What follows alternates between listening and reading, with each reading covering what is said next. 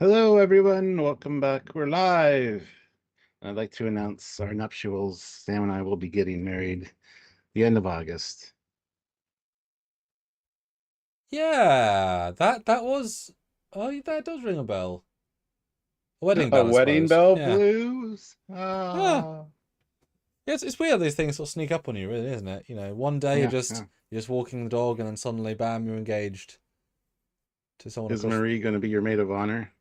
Sylvia's going to be my quote unquote best man. So, Yeah. Oh yeah, yeah. I think it's yeah. And Marcus will be the dog. Collar from, and he'll come to the wedding as well. wow. Yeah, perfect. Good. Hi, guys. Hello. We're Woo. back to talk about season 3, episode 2, Wedding Bell Blues. Happy to say, this one's not quite as plot hole filled. Because that ended up being a bit more frustration last on Friday than I was expecting going in, having rewatched it. This one is far less that. So that's Mhm. exciting. Yes. Because I like stories that are cohesive. Just personal preference. Yes. Fan of that kind of thing.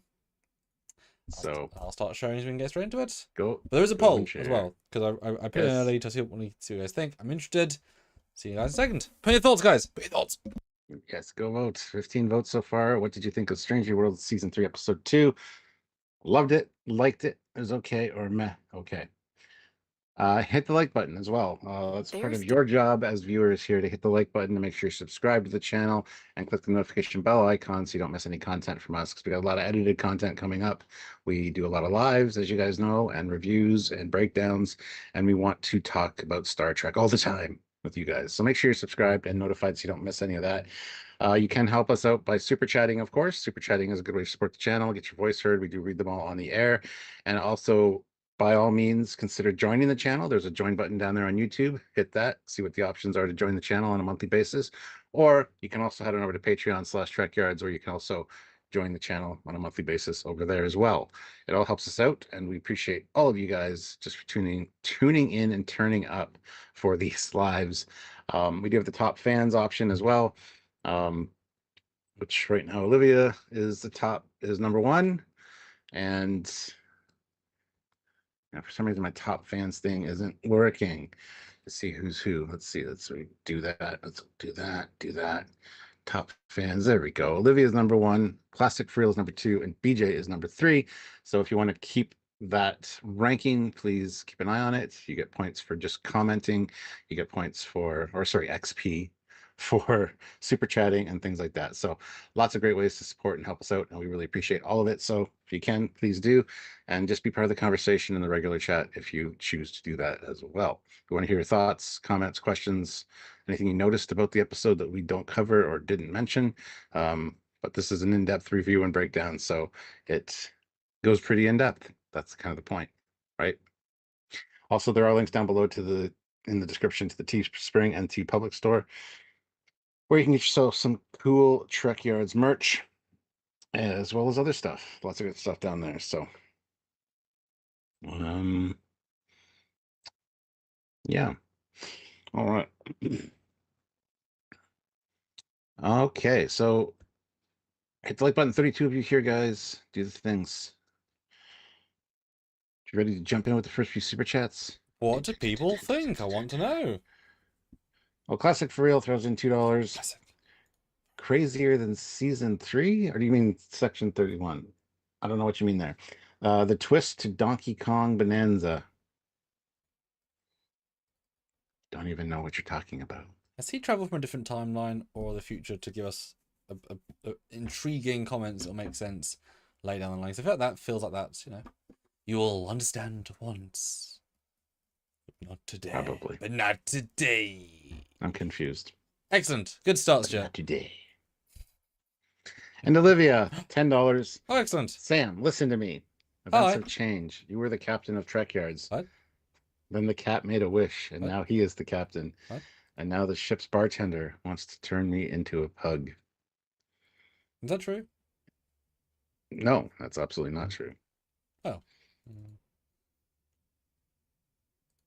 See, I'm on top. I'm on the top square.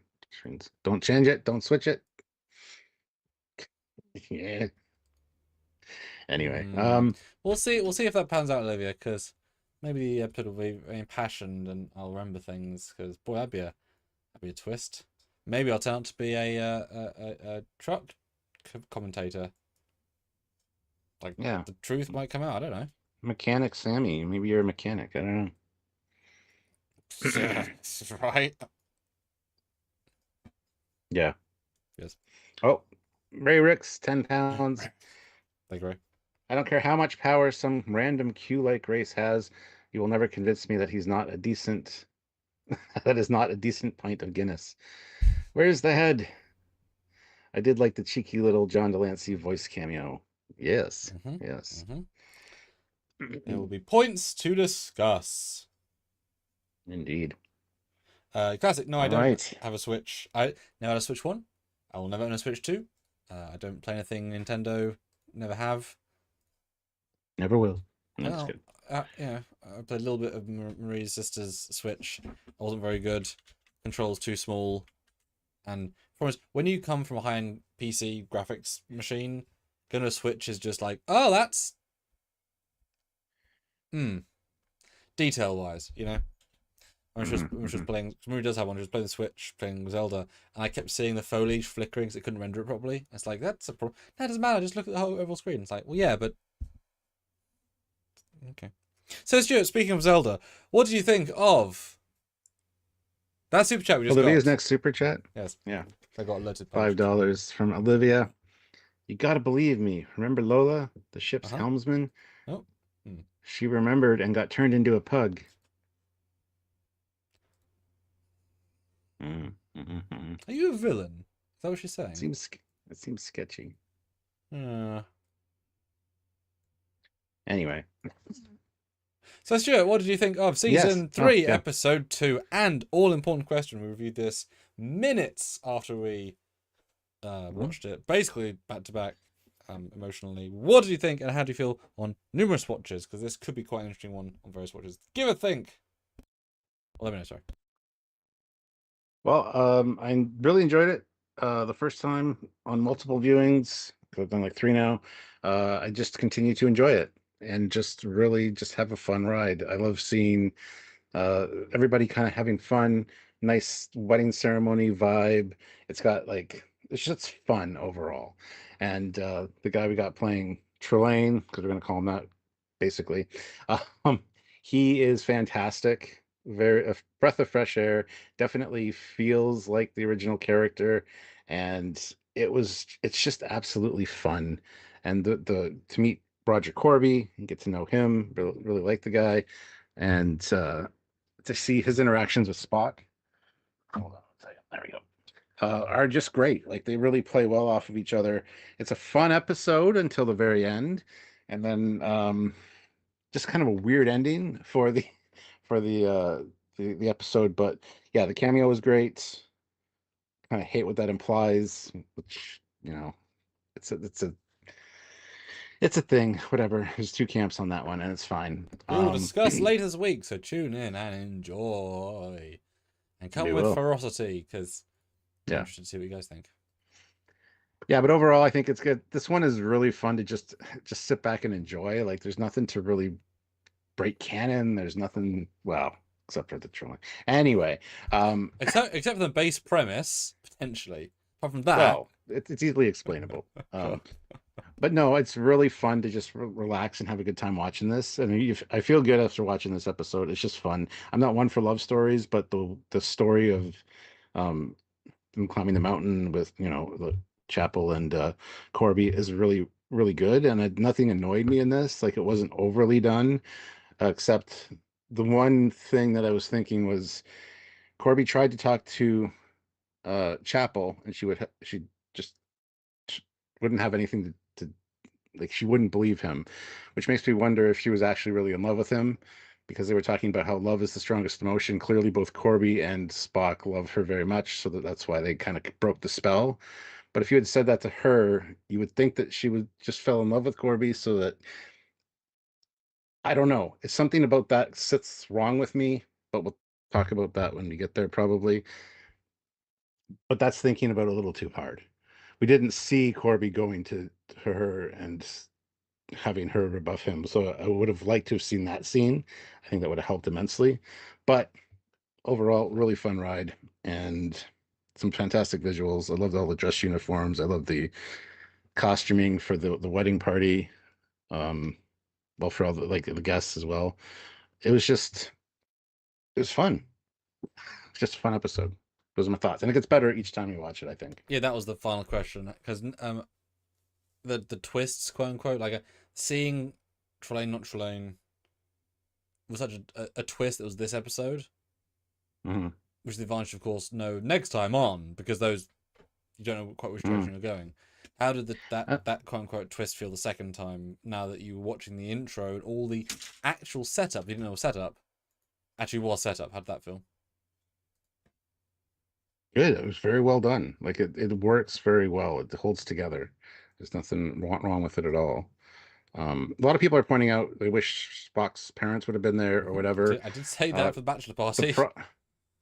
The problem is it was everybody that was on the ship at the time for the Centennial. So it's not like that would have been a big question. Like, why aren't my parents here, Chapel? My parents would be at my wedding. That might have snapped her out of it.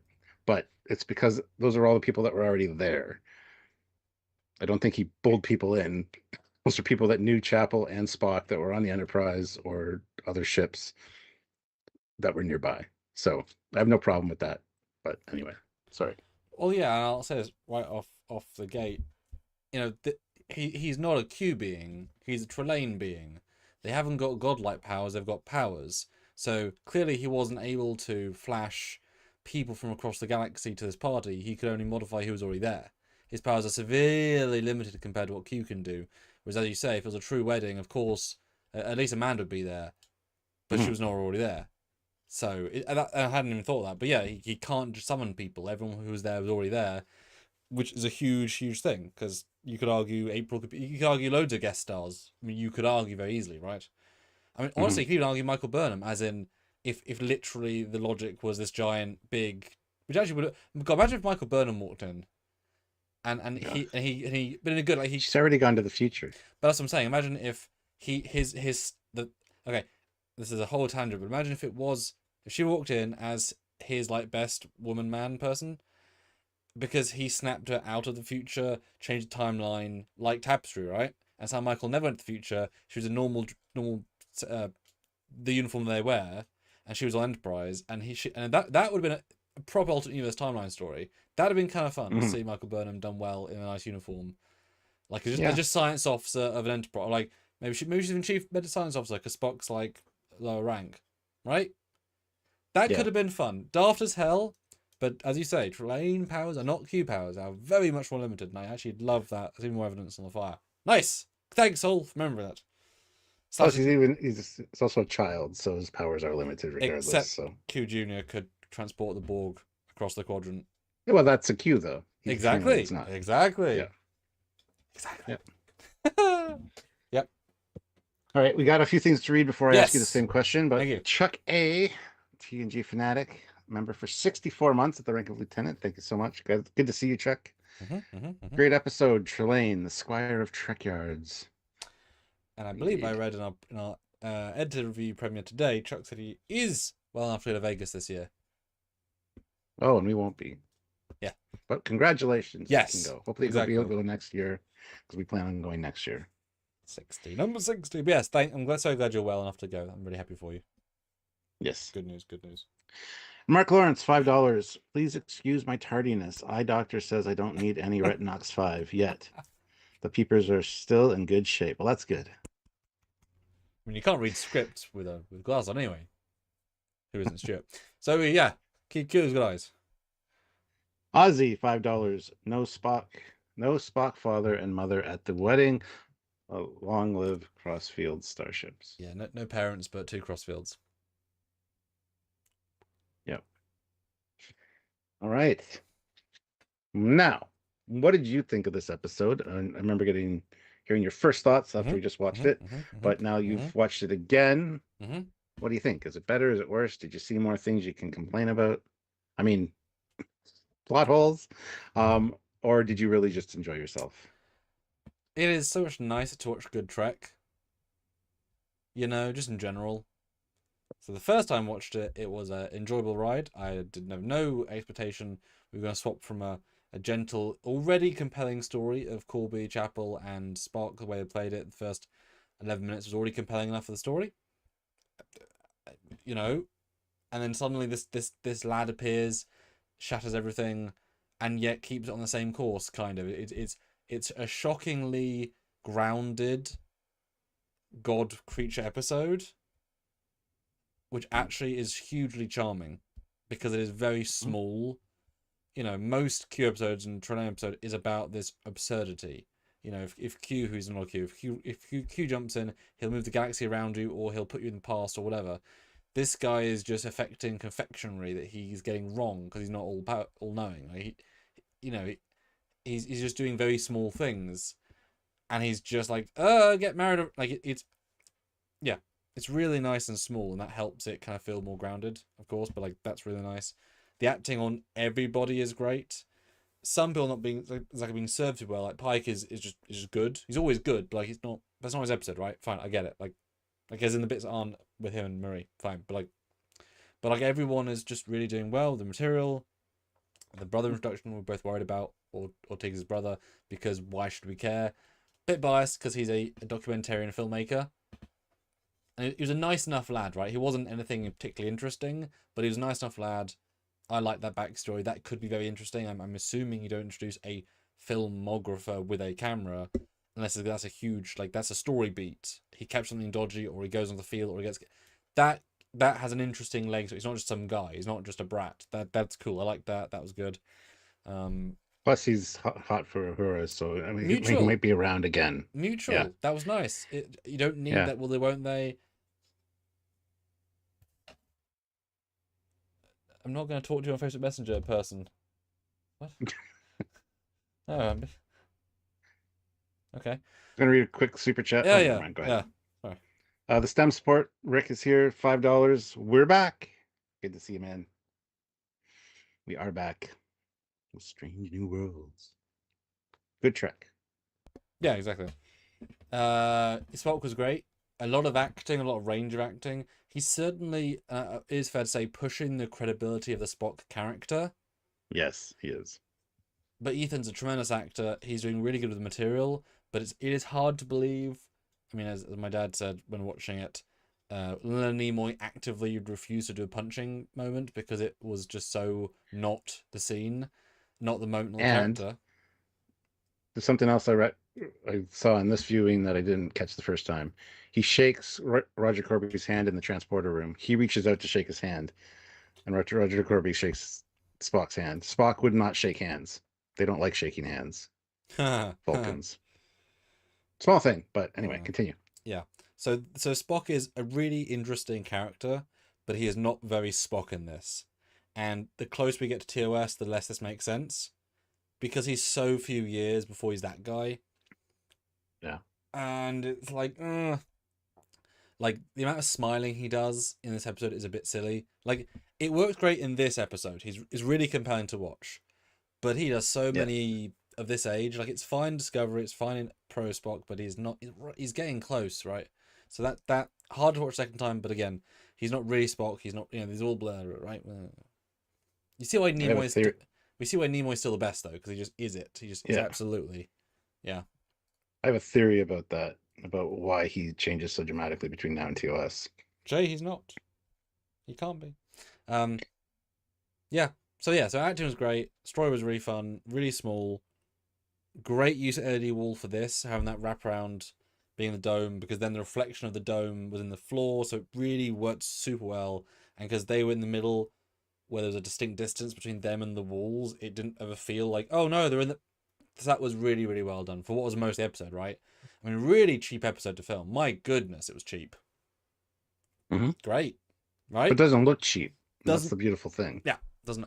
And in second watch, I think it was notably better than first watch, because I could pick up all the setups that I obviously couldn't pick up the first time because they weren't setups yet. They were just things they were saying. I caught a lot of the audio cues because, again, until Trelane appears, the fact that I heard a click, a snap, in the audible cue when Spock is drinking. There's little things. Trelane's actually outside the window, looking at Spock and Chapel have their little fight for like 47 frames and disappears. How can I notice it the first time? I didn't, but they fully set up. Which again, he can't be an immortal being if he's just watching through a window, right? That's not a Q behavior. Q would just be above the plane and see it. So he's a gaseous being. He's a Trelane. Great, cool, not Q, easy. And I love how at the end again, audio cues was the audio. The mix was really good in this one. At the end, when Chapel realizes there's a reverse snap sound effect. There is when Spock realizes it too after he punched Corby. Didn't hear it because I think there's too much of music, but the Chapel, that's a really interesting like note, because again, Q powers can't be undone this way, so he's not a Q. But this I buy that I liked, and I was confused because again, first time, right? 1% is what I'm seeing. The first time watching it, this is my only like thing. I'm like, wow, I didn't see that properly. It was the first time when Spock confronts Corby in his quarters. Corby says, "I'm here to delete your vows." Okay. Then Corby says his little poem about sun, sea, and the stars, whatever. So I thought first watch, because he mentioned vows, he'd read Spock's vows and was using them to taunt Spock. So that was Spock's vows. So when Spock says them at the end, at the wedding bit, they were his vows, because of course they were. He was stealing them, like he was trying to delete them. So I had no concept until the second viewing that they were actually, that was the Corby poem that he'd heard in the bar. That was really unclear to me because they'd framed it directly with the vows already in the episode. Well, he didn't say the poem in the bar. He said the poem to Spock in the. But I mean, I read her a poem by so and so. But it included the thing about the mum, which was the mum's poem. Yeah. So the tie-in was obvious second time. I was like, oh, that because I was wondering, just love itself broke the spell, but it was no directly her love for Corby, or at least feelings for Corby. So that worked a lot better second time because, like I said, that was not framed for me a little bit. If you mention things that are other things in a scene about things, then you can confuse people. And Corby was great. I really enjoyed the fact that he's clearly just a human Spock, and they have loads of tiny beats throughout that he's like a very Spock allegory, but not. And he's awkward looking the whole time, but like in a slightly grumpy way, but not. It's very interesting dynamic of how they played him, but also still nice and fun. And the great first scene of, how many papers you've done. He does know, but he's being humble. And that's a very Spock amount of papers, 200 whatever. Like that's great, right? Really, a lot of good little stuff. And I like character-based stories that use canon and don't break it. And this was a much, much better episode than last week. And by last week, I mean episode 1. I mean, having now watched them twice each, this is so much better. It's not even real and true. It's cheap as fuck, right? Super cheap. Far better. There you go. Those are my new thoughts. Awesome. Ray Ricks, £5. If this was Q, which I don't think it was either, it would be too big an update and lore, giving them a home planet pre-evolution into energy being. That'd be real sad to do. Yeah, because he does say, I caught him digging in the dirt on the home world. Yeah. Yep. Exactly. They're very explicit with some of their weird bonus stuff that, plenty of evidence that he's not Trelane or not Cube, like most of it. We have a video coming out about that later this week, so check it out. Discuss it as well, probably live. If you've seen the thumbnail, Stuart, I've got some picture live things. Blah. Debated us. Oh yes. Oh, sorry. Go ahead. Well, the poll, 60 votes. Keep voting, as I would like to get at least 80. What do you think of this episode of Stranger Worlds? Loved it. / 9 to 10 out of 10. 38%. Oh gosh, 37. 7 to 8 out of 10. 22, 4 to 6, only 3% okay and meh, which is probably a person. Okay. Good stuff. He's a P indeed. Yeah. Absolutely. Yeah. Anyway. Yeah. Okay, so let's get into it. Get his personal log saying after 3 months, the Enterprise is back to normal. No battle scars from our encounter. And fucking dots. I hate dots. I think they're dumb. But anyway, they zoom out, and clearly there's shit tons of battle scars still over this thing, even though they replaced a panel. Yeah, that's a real damaged-looking ship. Yeah, and this is, it's back to normal. Our battle scars are gone. All but erased. And Spock isn't exaggerating. Well, this is Spock. When he says that, he means literally, they're gone. Yeah.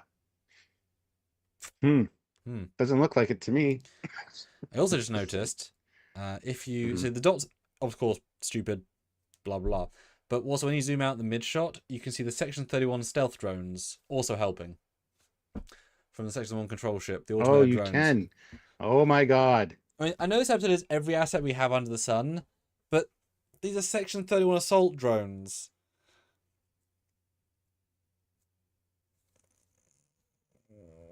They still have a bunch left over in the hangar bay. They thought they might as well put them to use Yeah. because they were shoved everywhere apparently because there's so many of them. Yes, but we're at the Federation Centennial Day, the 100th anniversary of the founding of the Federation, and Spock has got Spock much is of chest hair.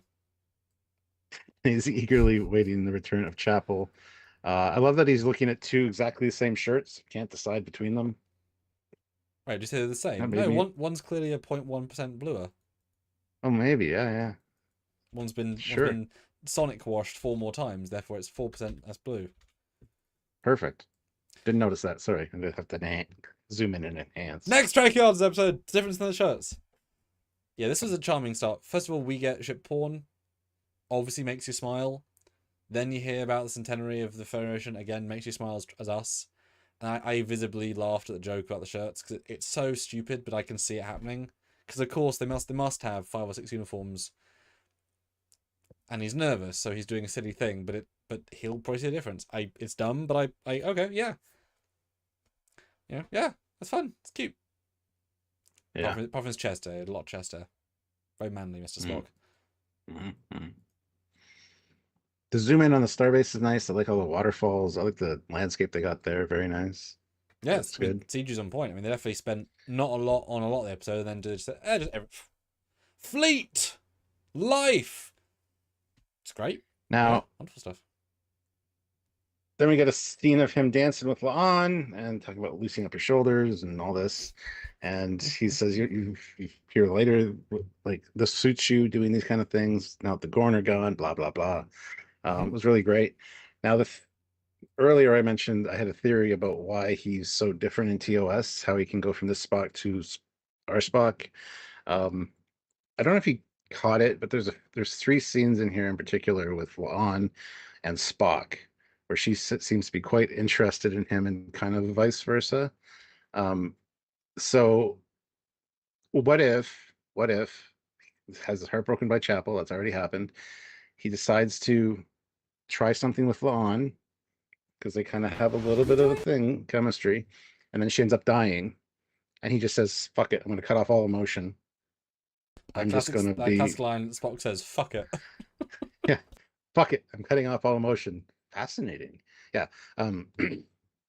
That's kind of, I don't know if they're implying anything by this. I think she just might be being nice to him, but at the same time, later, once reality's changed and she's teaching him how to dance, and he's so excited to go see Chapel, she kind of is standing there with kind of like a forlorn look on her face as he walks away, like she's got a thing for him and she's losing him. I don't know. Something about it just kind of set off a little bit of a alert in my head. Yeah. I mean, I can't now help but watch the episode, having just interviewed this woman and knowing her personality and knowing this is not at all how she is. You know, like Yeah. but seeing her be this, but this is also not how La'an acts, so it's quite interesting. Like, but that's I like what she says. You know, I fought the boogeyman and we won really freaking easily that day. Yeah. So I would see why that would no longer be as much of a traumatic thing, because it's like, oh, cool. Which absolutely makes sense. I got absolute Beverly flashbacks here. Because Yes, seriously, dancing doctor. It's very similar. Well, she's classically trained dancer and singer. You can The tell. actor. You can tell. And she does 1 or 2 moves that are very Orion It's because she's Orion intense. based. I know, but it's very, yeah, it's she's very graceful. That's words for it. Yeah. I think Spock's making a joke in the middle. He says something to quip of her thing, and she gives him a look of like, oh, okay. I think he made a joke. I think she caught it. I think it was a nice moment. Because often you counter his not understanding, but I think that was intentional back and forth. There was, yeah. It's gentle, but it's the absence of the heart. Yeah. We all know what absence of the heart does. And he goes, an absence of heart would be quite fatal. Yeah. She's like, no, Spock, it's an idiom. And then she kind of looks at him like, you got me. Yeah, because Like of he was course he trying to make a knows joke. that. Yeah. Like Spock is not stupid, and just because he doesn't understand human emotions doesn't mean he hasn't like learned all the things. Like, so yeah, you know what I mean. But there's a subtle enough of a performance for him to be like, yeah, he's But the being a look on little her silly. face, because she kind of rebuffs him right away, and then and then she kind of like, oh shit, you got me. It's cute. And it's very subtle, yeah. Yeah, so it's a nice scene, and it's she even reflects. I wonder if that's her saying it because, like you said, if this is truly a thing later, she says absence makes the heart grow fonder. That was her phrase, and she felt that. He didn't add that. She added that. I wonder if that's going to play in later. I don't know, but it's a nice scene. It's like a very Data. I mean, it's Yeah. I didn't get it was the same set as the wedding, but that's because the lighting's different. So good for them for being cheap. No problem. All good. Works really good. And Ray Ricks throws in Yep. £2, or they start something and La'an dies. Yeah, exactly. That's what I meant. Yeah, it'd be. I said to you in another review. It'd be weird if of all the things, Spock gets 2 romances. Of all the characters, right? But it would be somewhat of a appropriate. Oh, what's the thing Ryan Johnson did for Star Wars? I just had it. Subvert expectations, Ruined it? right? Well, Oh, thank you. Subvert expectations. You think it's gonna be Chapel that does the thing yes. And because then they've telegraphed it. It's not. yeah, and then he puts his heart on the line again and gets it broken again. So he's like, I can't do this.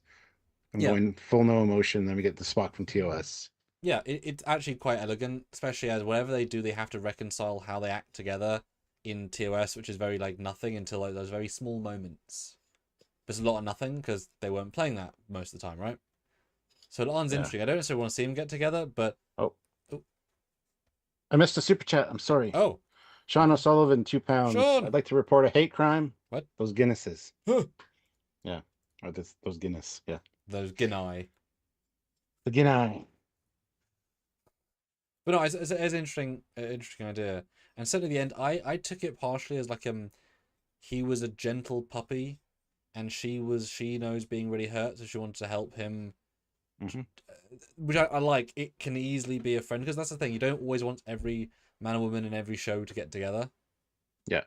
And this Well, episode had a lot of that, so I'm fine either way. But I could see where they could absolutely. Yeah, well, he's very much like, now that she's been gone for 3 months, we can get back to our relationship. And Juan basically says, are you sure about that? Because she's talked to Chapel and knows that it's done. I don't know. She didn't feel quite as Before she certain. left. Before she left. Right. So where? Like, she understands. She understands the girl talk. Yeah. Spock doesn't get it, and so she's kind of looking out for Spock a little bit here. But she doesn't know that Chapel is definitely no now. So she No, could exactly. have been open Not to yet. something. Yeah. 100%. Well, she might have. She might have, because the next scene she comes in and talks about the new guest added. I think she's pretty surprised. I think everyone's pretty surprised. Well, the look, yeah, this is the great scene too. I don't quite believe Spock could do his hair. Another thing of Spockism that's like, Nimoy doing that doesn't really feel appropriate. Even if he's a lovesick puppy, it's a little bit too modern character work. Like any like even Tuvok, well, you know what I mean? It's not really something you can believe, as cute as it is. The best part of it is Scotty's reaction to it, but the Sussy Guru 2000, €10. So thank you so much. I think the interactions with La'an are just platonic. After this episode where he deliberately chooses to no longer pursue the relationship with Chapel, he's done with romance. There'll be something more dramatic, but then yes. Yeah. Don't have to be that, but yeah. That was just my theory. I just put it out there. No, so I can see where you're going there. Which, if that is true, they've done a gentle lead-in, which is appropriate, right? I will note though, this is the first on-screen meeting of Spock and Scotty, and it is nothing.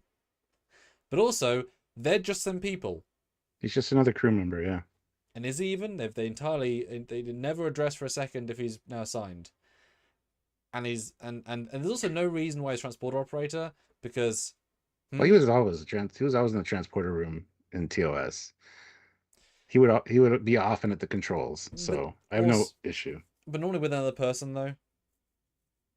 Well, yeah, usually. Yeah, so he was there to like assist the captain. But only a chief engineer here, but engineers don't tend to be the transporter. There's this different role set. I mean, Mhm. it's fine in this situation, but I wish they'd have one line of him being assigned here because they just don't mention it, and there's no reason to assume he is. I prefer he's at the station because that would make more sense, but then he wouldn't be stationed around the transporter room. It's fine. It's a bit weird. They entirely make a non-moment of this canon moment, Mm. but also it doesn't matter. Like they're just people, especially as he's Mhm. quite temporary. Although I like the arm walking, and it's like, oh, is there a problem? It's like, no, I'm heading to my job. No romance. Yeah. Well, I like, and noticed this the first time, but then I quickly forgot about it. The Yep. weird anomaly outside the Yep. hall. I saw something there. I didn't see the bleep the first time. Saw it the second time. Hmm. Yep. But yeah, there was something above the hull, which of course was Trelane. Um, And Qs don't travel as gas balls through space. yep. And also, he's following them, so he's arrived just as they've arrived because he's been following their shuttle or ship, Yep. or Yep. on their ship and shuttle because they could be whatever. So he's not Q because that's not how Qs work. They can work that way, they just don't. Yeah. Just saying. But yeah, it's And great. Chuck. Really good subtle as well. Yeah. Chuck A. $2. Will Rise Davis return as Captain Koloth? I hope so. Yes. Yeah, Oh. I thought the same thing. Oh my god. Oh, that would be so beautiful. That would be. Oh my god, Chuck, man. Yeah. Guys, give him a little thumbs up for that in the chat. That's a really nice little, because he'd be great just in general. I think as that role to Klingon, that's great. And all the makeup we did this week, you know, because we did Dorian and Vulcan, yeah, all the makeup we did. Yeah. Yep. I wish there would have been a few instances during this episode where they would have shown him from another character's perspective in the makeup I've got instead of thoughts on just the that later. reflection. Yeah. Yeah. But anyway. So yeah, two people beam aboard, and Chapel's quite surprised to see Spock there, and he's quite happy to see her. Yeah, you feel the wonderful mismatch of energy. Everyone in the room is in totally different places. And Yes. Spock Yeah. is so instantly curved, and he keeps trying back on course.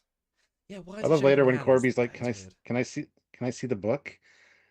And Spock's like looking at Chapel still like, "This is for you," and he's handed it to. But yeah, he reaches out his hand, which is something that a Vulcan wouldn't do because they don't like physical contact. They don't like shaking hands. That's why they do this as a greeting. So And just Spock and when we've ever seen Spock shake hands ever. yeah, never. That is a bad miswrite. You're right of this character. Oh.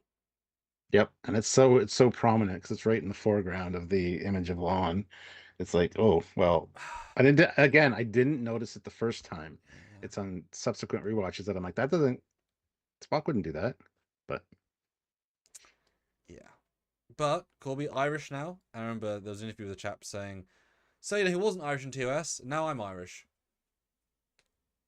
yeah, He died really quickly, so I'm Irish. So they don't, in that sense, they don't care. But you know what? He was good. I don't think he vibed the character at all. But also, I barely remember the character at all because he's barely in it. It was a throwaway. So I'm fine. This guy's basically just Irish Spock. I'm fine and with it. he's so likable.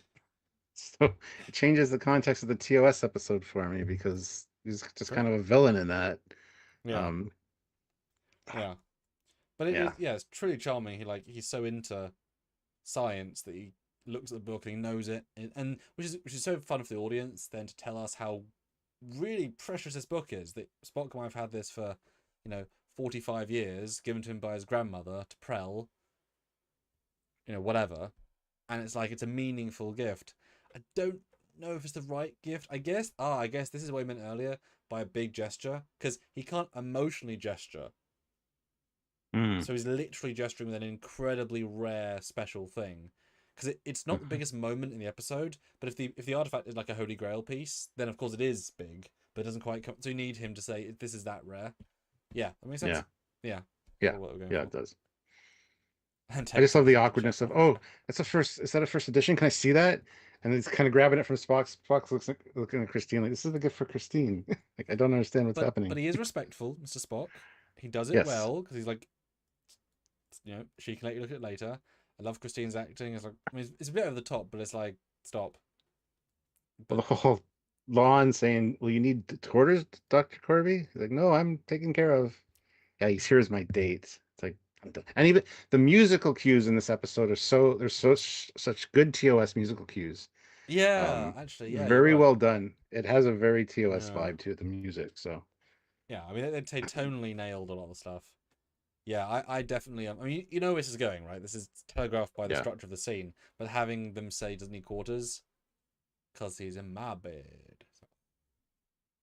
Like you kind of give it school, you get a bit schoolgirl with it, don't you? Like the gossip of it. yeah, So that's why I didn't call ahead because on your sofa, yep. do you need a separate shower?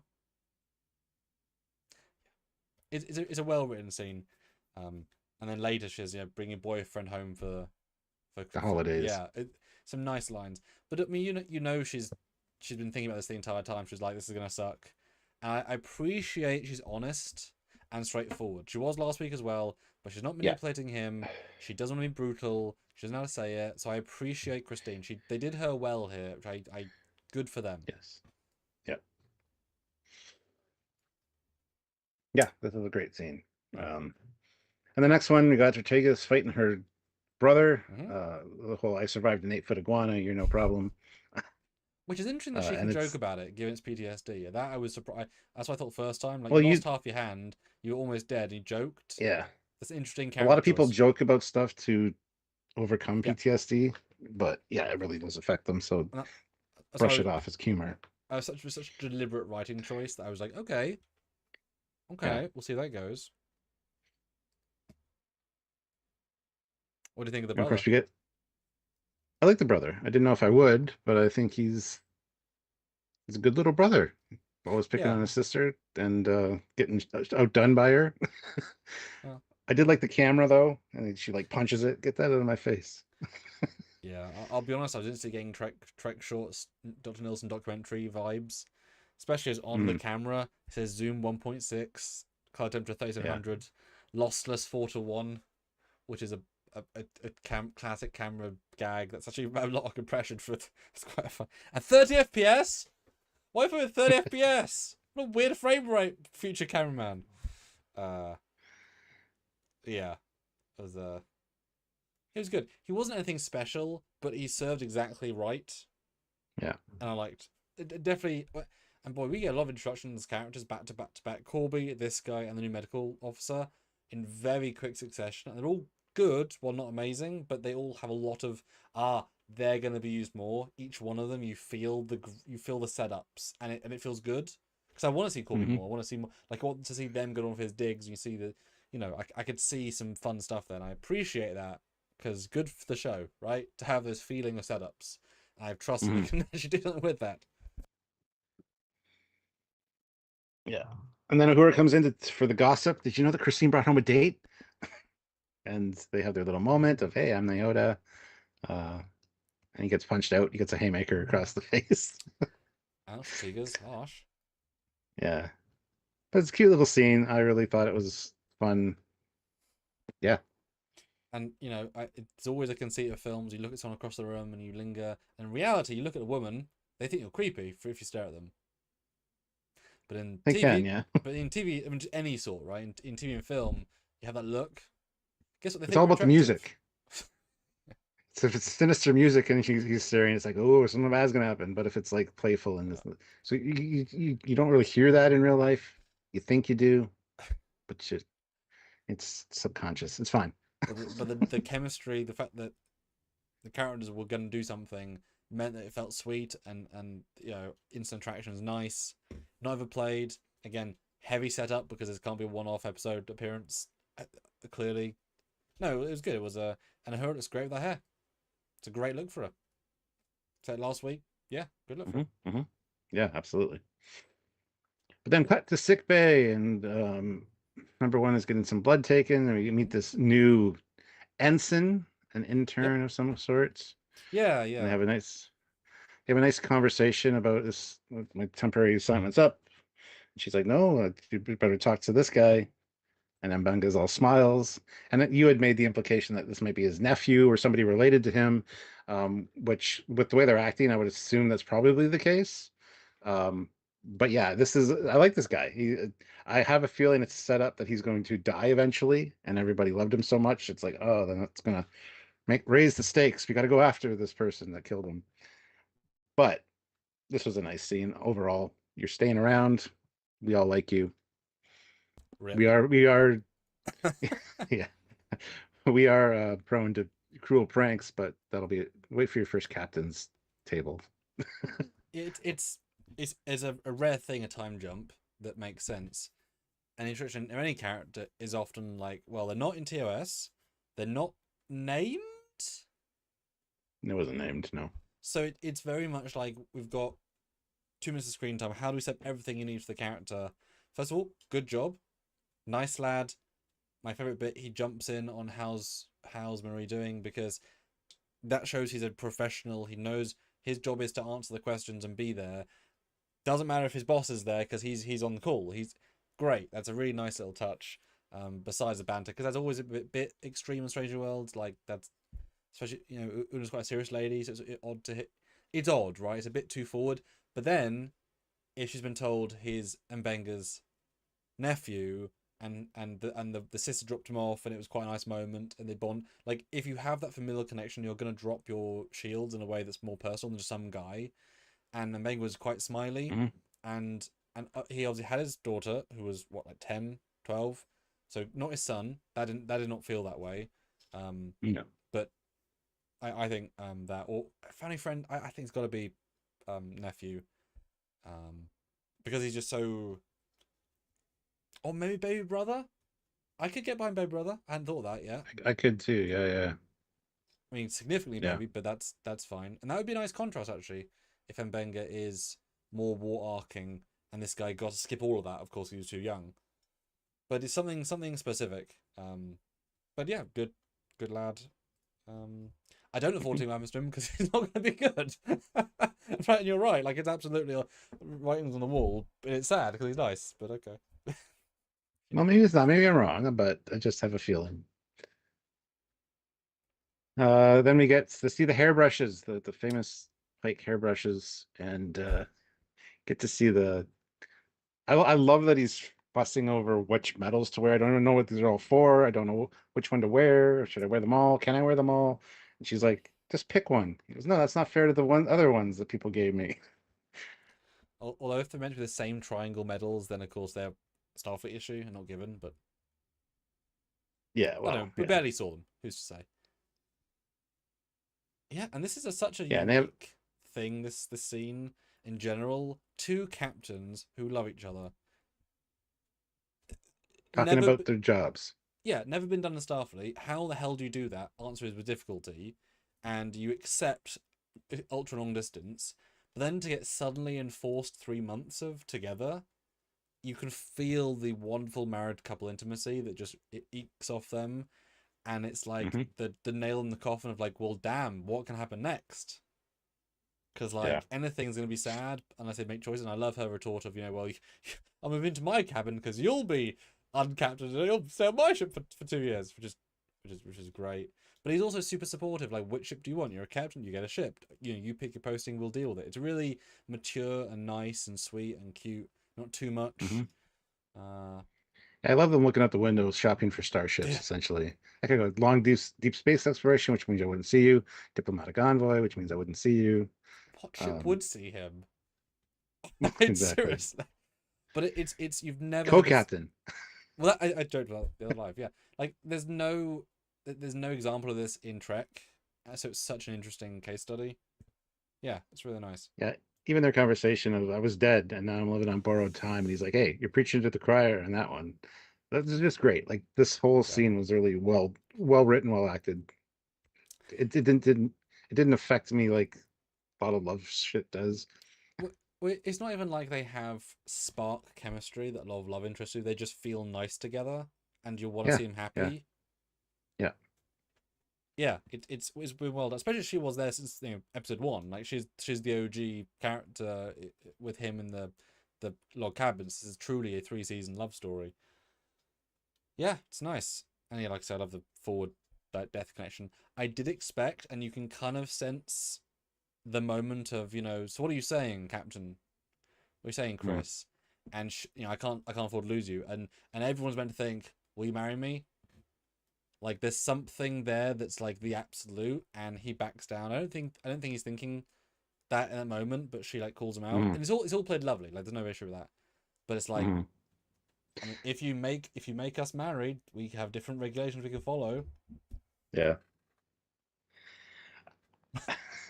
I like the whole, where would all your hair products go? Bit of a meta joke there with his famous hair. Yeah. But I think, and I was expecting that severe at the end when we got to the wedding was called off. Pike could easily, it would be dumb but cute, he could have proposed to her on that, you know, well, we've got everyone set for a wedding, Marie, will you marry me? And he pulls it out of his pocket already as if he's had it for weeks. And they get married instead. On the that I could have seen, it would have been really weird, but like that tone, like this scene set that up to me. Or some reference of weddings at the end, we didn't quite get that, but there was tangible something that he could have used with that, which is nice. Yeah, even after he gave his little awkward speech about, this is an awkward day, the bar is open. It would have been nice if when they were dancing, he would have said something like, so, this wedding atmosphere has got me thinking. Or just something. Like, they have a cute little dance and a little whatever, but... And because she got no lines that scene, I was kind of surprised. Yeah, would have been nice if she said, I love weddings. And then took off to the bar like she did. Yeah. And the look on his face was great. Like, it's so playful and like, yeah. Speaking of playful, he's in uniform. Is he on duty? Is he about to get laid on duty? Because he's in full uniform. You're at work, mate. Yeah, but they're at space.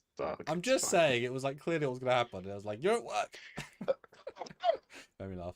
Next shot, another ship porn shot, including saucer rim, which looks real weird because they had to like justify the weird windows, which to me doesn't look very good. It's like a weird like metal. Because that looks like hard iron. It looks so NX, like pre-NX iron, terrible construction. Like for the Star Trek, I get it, but it's like Well, it's an old, it would have been one of their first space stations, I would guess. I don't know.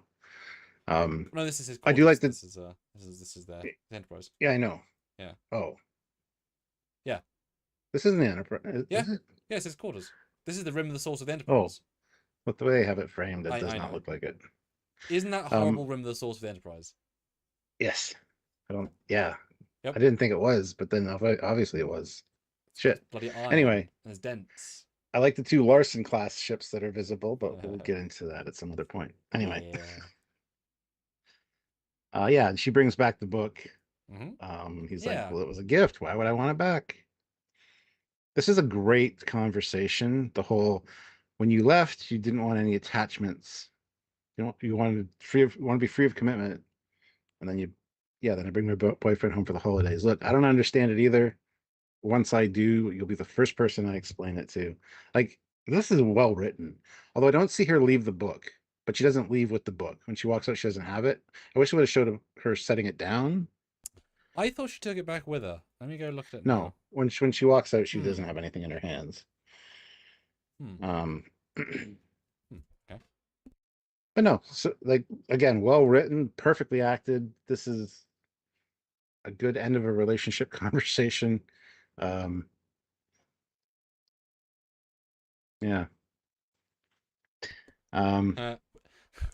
They missed the edit. Yeah, there's no moment she could put it down. There's not even a table she could put it down onto.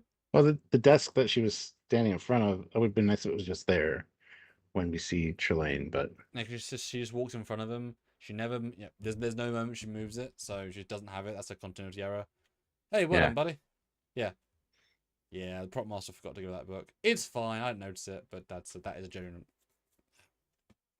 But different take. They chose to put it down. They've forgotten that wide. Oops. That's okay. Yeah, she invites him to the reception or the hangout they're having later for drinks. So, and then leaves. But yeah, it's an interesting scene. I like her going to drop it off. That's nice. Feels good. He's far more dismissive at the end, but also he has no right to like that. Right, the feelings are made clear. It's very honest, but he has no right to be extra emotive, and so it was kind of like, okay. Yep. But that then other stuff happens, of course. And then yeah, I didn't notice the first time because how the hell could I? But as he leaves, Trelane's head fades in awkwardly CG, I will say, into the window. You didn't notice that the first time? I was like, a spot. I did. It was 1.5 second, and I didn't know he was in this episode yet. So Oh no, I saw it the first time. okay, so you knew Trelane was in it before the scene, then No, I didn't. you just saw a guy at that window. Yeah, it's Ah, pretty obvious thing to catch out of the corner of your eye. ah, I don't know. I saw it. I don't know. yeah. Well, it's great. Like that's very, very Trelane not cute thing to do. Yeah, sad little scene. Well acted. She has good long hair as well. Suits her. Not so much like on duty, but like it suits her as a person. And BJ Tehran, $5. Are there no crew quarter windows in TOS because one broke and people got sucked out into space? Well, it'll be blown out. Blown Oh, out. right there with the facts. Oh. And yeah, I don't know. Yeah, yeah. Because we know what Spock Scores looks like. And he hasn't got giant bay windows. Hey, so at least we can be thankful that there's not these amazingly ridiculous light plumes sticking out, which are just every episode, every shot. Discovery, what they did, just giant light plumes. It's like, you're not that close to it. Now there is still that light effect, but it's nice and subtle. It just hits the window, not the actual room, because there would be a separation between the room and they're doing better. Speaking of better, I was amused by the choice of like futuristic clothing. Yeah, me too. Because but if you go back and watch the Cage, there's people running around just like mini skirts and like. Oh, Cage is great for that. Yeah, Cage is tremendous. But it's so funny because you can wear anything. So what do you choose to make future weird? So I like that they're all wearing basic stuff, but it's all a bit off. That said, Sam in a minute is just wearing a sweater. Yeah. But it's fine. Like I've always enjoyed like when Voyager goes to the like what is Federation basic standard. Well, it's gonna be weird, but not too, yeah. And I heard it was great. It's a great dress, very 60s. I could see it more in the 60s. Maybe too much leg, but I wasn't in the 60s. And very first season of Discovery, everything's asymmetrical. Her skirt. No, sorry. What are you on about? Yeah, good little scene. I thought I liked the idea that you assumed she couldn't speak Mexican, and then I thought it'd be later played for something, but like it's That'd be Spanish. Whichever national language. Don't know. That could have been funnier, but like we didn't need that. It was just like a thing, and then everyone speaks, and yeah. Because of course I love how Ortega says 900 languages. It's just like all of them, yeah. Yeah. And that's cool. In the background, there's two ladies in normal two pieces. You always should assume women can wear the two pieces well, but it's nice to see standard fare two pieces. Ortega's kind of rebuffs them a little bit for their flirting, but hey, yeah, it's nice, it's cute. There'll be none of this. Oh, there's yeah, but they're clearly open. It's gentle, right? It's hard to see this as PTSD considering the end scene, but everyone deals with it differently, right? Like she's not overcompensating, but she's able to hide it. I wonder if it's like stress that causes it or something. Like if there's more of a trigger point than just being standard. Because she's, I don't know. It was interesting. Maybe to watch it back to back. She seems so herself here. Yeah. No mention of the hand being restored or anything. Like I thought there'd be a joke about that. Yeah. But Or, it's just everything's. It's 3 months later. I mean, time's passed. So. Yeah. True. Yeah. Then you get to the bar, which is still a absurdly big set and art design, it's like bigger than the bridge, right? Whatever. And yeah, Sam Kirk in his famous TOS sweater and just a lager, I guess. Just it works. It does not work. It works. I was looking for the Vulcan bartender in the background, but I don't think I saw him. No, there's a human bartender. Yeah. But yeah, there is no Vulcan one. I was looking to. Because I do. I think he goes to a different bar. Yeah. How many bars are there? Because they say the port galley or whatever later. Like there's one in the roll. Too many. It's fine. Probably the answer. Yeah. But it's a nice set. I mean, I wouldn't say it was Star Trek if I didn't know it was on Star Trek, but neither would say 10-4 necessarily. Yeah. very exposition heavy scene, but it's done reasonably well. I'm wondering what the age difference is meant to be between Nurse Chapel and Corby, because he's got stubble, which does make him look older. They say he was the boss and she was the fellow, which implies at least, for me, 10 years, just based on experience level Probably. to run a thing. But she doesn't feel young. What do you think? Because there's definitely a slightly older guy vibe that's like, yeah. He's at least 5 to 10 years older than her. I would say 10 maximum. I mean, I'm 10 years older than Sylvia, so it's not a huge leap, but Yeah. yeah. So I'm betting he's like 40 and she's like 28. Like that Yeah. sort of like, which is, but like it was interesting. There was a slightly different energy here. I just love that they're going to tell a romantic story. Then Spock, oh, Mr. Spock, we're going to stop now. And then the stupid new intern kid is like, no, they're just going to tell us a romantic story. And everybody's like, But it's gentle as well because they care for their friends because no one's wrong here. No one's dickish. Everyone does it. And he insists. Oh, yeah. And I think he's trying to make her a little jealous. I've recently become interested in affairs of romance. Maybe that's interesting. That's what it felt like. Like, yeah, I'm currently dating somebody and I want to hear this story. Kind of the vibe that I got from it anyway. It's Spock though, right? Because the exact quote is, I have of late become a student of romance. It's like, oh, what are you implying, Spock? Yeah, I thought that was saying with you, like. Oh, maybe. I didn't get that. I thought it was like a make her jealous. Make her as jealous as I'm feeling kind of thing. Yeah, it's weird context that either way. But it's a nice little story, especially as that is the, Trelane/Q homeworld.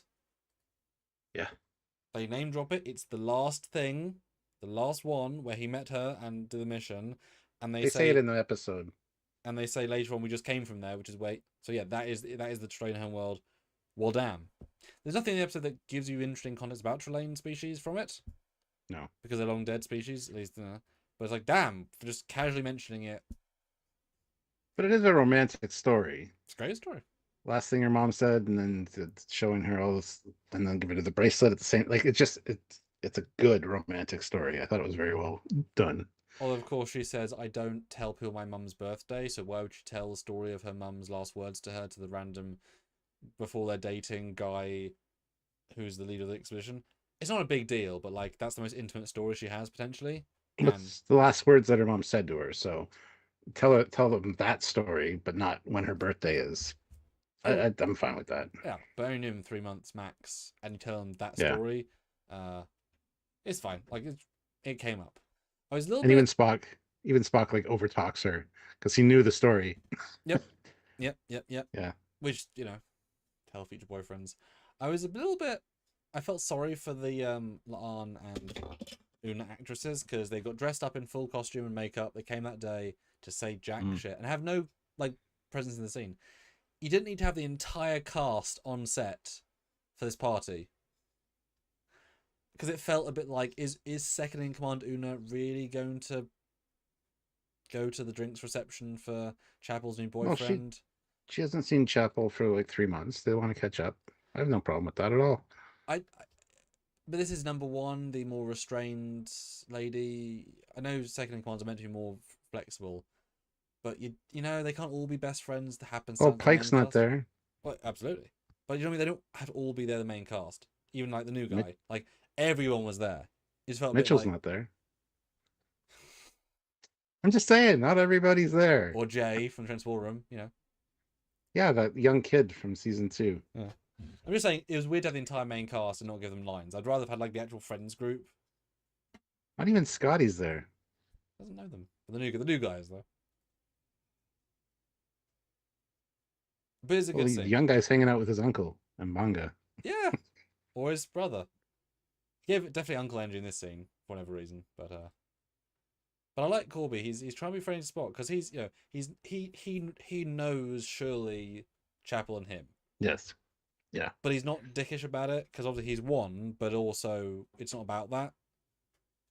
So there's a really nice balance because I can't imagine he doesn't know about Spock. So, but he's not. Yeah, it's good. Yeah. But then Spock goes off to Oh, out somewhere else. Hypno says everyone's there to check out the new guy. That's fair. He's Well, yeah. he's famous. That's a Yeah. fair point. Fair point. Yeah, good point. Yeah. And then the blink and you'll miss it scene of the Vulcan bartender that then pans up to Trelane. I did see that the first time too, but I didn't really pay attention. I saw Vulcan for a second and then it's like, what? Okay, he just replaced him, but I didn't get the vibe that everybody was seeing him as a Vulcan. And then even Spock says, I wasn't aware there was a Vulcan bartender, which obviously shows that that's what he's seeing. So it can be it can be implied in this episode that Spock didn't know Trelane years later for Squire of Gothos because he only saw him as a Vulcan and an Andorian. But yeah. Yeah, this intrigued me because the first time you catch it as a okay, Vulcan, cool. And it's like, oh, it's the guy from the trailer who's clearly Trelane. The jump of expectation changes radically, and really good moment, really solid, really fun. Genuinely shocked that they didn't even like this is not the Trelane actor in Vulcan. This is some guy who can now do conventions the next 50 years saying, I was the Vulcan in the mirror, Trelane. Yeah, that's true. $15 for an autograph. Because I was some random Canadian extra that didn't get, you know what I mean? It's a ridiculous thing when you think about it. But I genuinely, I didn't think it was the actor. But why? I guess because Sideburns, you couldn't cut him for this, you know. But like, at least put him in, at least make him the Vulcan and make him the Andorian, right? At least have this be actually him. Yeah. Sussy Guru throws in €5 and says Vulcan Pee Wee Herman. Yeah. But no, after the second time watching, it is clear to me that no one saw Trelane. That he was appearing as his two personas the entire episode and not a damn difference. So no one knows what it looks like. Everyone saw and yeah. I just want to Scottish Nightmare says, and it's not the first time he said this, I don't think he's Trelane, just another one of his species. Check out the video we have coming out. There's definitely evidence and proof that it is in fact the same Trelane. Yeah, there's really hard evidence of Q. Wispy in there, but evidence of Trelane pretty damn solid. If they didn't, then they're trolling the audience to a degree of like, let's have attention to detail unnecessarily high just to troll people. Yeah. Like that's not really how. No. Yeah, just check out our content that's coming out this week. Yeah, so definitely Trelane. That's all good. But like I say, I think he definitely, no one saw his true face. Fine with that. And even throughout the episode, they make allusions to the fact that he's like, even at the very end when he's revealed to be Trickster, he says to the Bolians, and what do you guys mess up making, you know, I'm the one going blue. You came in blue. You can obviously see I'm in blue. Yeah, so he's clearly still being Andorian into the last moment. So yeah, no one saw, which is interesting then, because that means that all the things we see him do is for our perspective only. So any clicks, any flick, anything happening is just us. That's why I really believe, as you said, I wish we'd seen him in the full makeup just to cut between perspective wise, because you absolutely don't think that when you watch the episode that he's genuinely wearing this jacket, but he's not. He's a you know, he looks different and not the same actor. But it does help them not recognize him in TOS, because he doesn't. They don't know what it looks like. The Scottish Nightmare says if it is him, then it's Trelane after TOS, since he knows about starships. Yes. Yep. He's omnipotent. He can move back in time, and that's fine. Yeah. Just watch our episode, our video coming out. Well, he's not omnipotent because he can break his magic powers with a feeling. Well, he's just a kid too. His dad might be omnipotent, and he might become omnipotent, but he's just a kid right now, so his powers might be limited. I think just space being not omnipotent, because that's a really high bar. But yeah, traveling back in time is fine, not an issue. They're a gas cloud, right? They're allowed to travel back in time if they want. It's all chill. Yeah, they do it every day. Sure. Yeah. Basically, they did everything to do nothing, therefore we can argue. Because if he'd said, Trelane at your service, cool. If Q had said, or if said, Dad, who's that? You know, I don't want to get back to the continuum. Yeah, there's proof points you could have made. They chose not to, which is good. Yes. But yeah, good little scene. I was genuinely shocked though the second watch, because the first watch, there's two scenes back to back, like quick succession, where they said, you made a choice to change your life. But the second time I watched it, there's no like, do you want to change your future, Mr. Spock? It's like, will this drink help you make different decisions? It's a really obtuse moment that like Spock clearly didn't give consent to change the timeline. Yep. It's nowhere near as much as he says later. So I was a bit, because thinking back after the episode, I'm thinking, would Spock really say, "I wish things were different"? Not really, because he doesn't. It's a bit weirder than I remember the first time. You got the context from the talk they had in Spock's quarters, so Yeah. he understands what Spock wants. Yeah. Yeah. And this scene's great with the one shot of him getting in bed, pan up. I was looking on the second and third watches for the pillow to move where her head goes on it, and it does right before he opens his eyes. You see a little bit of a pillow jostle. So, like, well done, well done. Yeah, it's fun to have wonders like that with things. And I was right. The trailer, I knew this wasn't gonna be real, as in like real. So yay for me. But it's cute. It's a good transition. He's a bit too smiling, but also his wedding day, so he's allowed to be. Yeah. How do you judge a half Vulcan on his wedding day's happiness level appropriate to emotional state with his wife, future wife? Right? I don't know how to judge that. It's un-Vulcan-y, but it's a day. It's like later he's allowed to punch Corby when Nimoy wouldn't because it's his wife, future wife, and like it's a line, you know, it's a different line versus just a situation. So it's like, yeah. She just says, can't sleep over tonight because bad luck to see your bride before the wedding. So, whoa. what? And Oh, then we get his. Oh, we got our votes. 69 people watching, 91 votes. Let's do a new poll then. So we asked, what do you think of this Strange New Worlds episode? 40% say between 9 and 10 out of 10. 34% 7 to 8 out of 10. And then we drop instantly to 16% say okay, 4 to 6, and 10% meh okay. So 9 think it's okay, 14 think it's meh, and the rest of the 70 at least quite a lot liked it / loved it. Mm-hmm. Cool. Right, let's ask the hard poll then, guys. Ready to vote? You ready to vote? 76 of you here, which is fantastic. Make sure you subscribe to the channel for more reviews like this and many other breakdown videos. We do them a lot. And hit the like button. Let's get those likes up to 50. We're at 47 right now. If you haven't hit like yet, please hit like. Join in the conversation. Super chat in if you want. We do read those all during the live and address them. And yeah, support the channel any way you can. We really appreciate that. And if you're new here, welcome.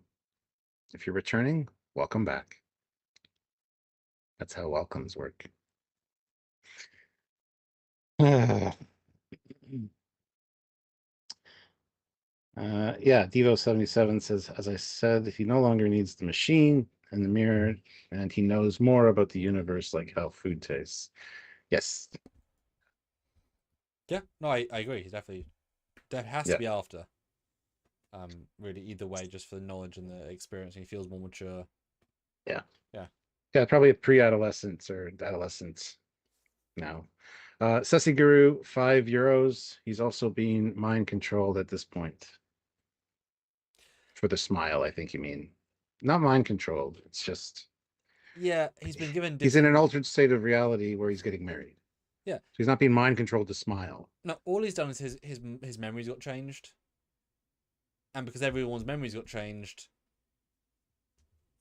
therefore they think something different's happening. As you said eloquently, there's just whoever happens to be there as the guests, and the same room that the ceremony was going to be in, he was able to flash a new sign.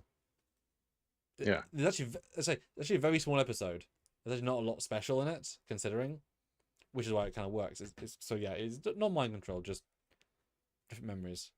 Yeah. Then we get another establishing shot of the wedding venue, and we get his science officer's personal log again, almost the same, talking about the 3 months at the starbase, battle scars with the Gorn erased, even though they clearly aren't. And then he, instead of talking about the centennial celebrations, now he's talking about his wedding. So the personal log's altered slightly. It's good. Although I assume they're implying. Well, I don't know if they're. Are they implying this is now the next day with a different dance, or did they just send him back in time and do it again, or they reset the day? Well, this is the day before the wedding, the eve of the wedding. Yeah, so he's already another So dance lesson, 2 dance lessons in a row. yeah, yeah, you would. You do if you on the days leading up to whatever, right? Yeah, because he's not resetting time, because it's very literal No. that he's not doing that much. So it's just another dance lesson. It's just now this dance lesson is towards the wedding. And it's funny how little different he is from being lovesick and sad, like lovesick and there being. I like that he's not very like ooh bouncing around. It's like yeah, pretty standard. And again, great utility wall. I mean that's very successful, being a giant Yeah. ultra far ground ships, and once they render it, they get to use it throughout the episode. It looks fancy in its production value. I wish there's more TR ships, of course, like that looks pretty, but it's nice. It's good. I imagine if you were standing behind the camera, because obviously it only works from some perspectives, this would look bloody cool in person. Like that many pixels of unique detail.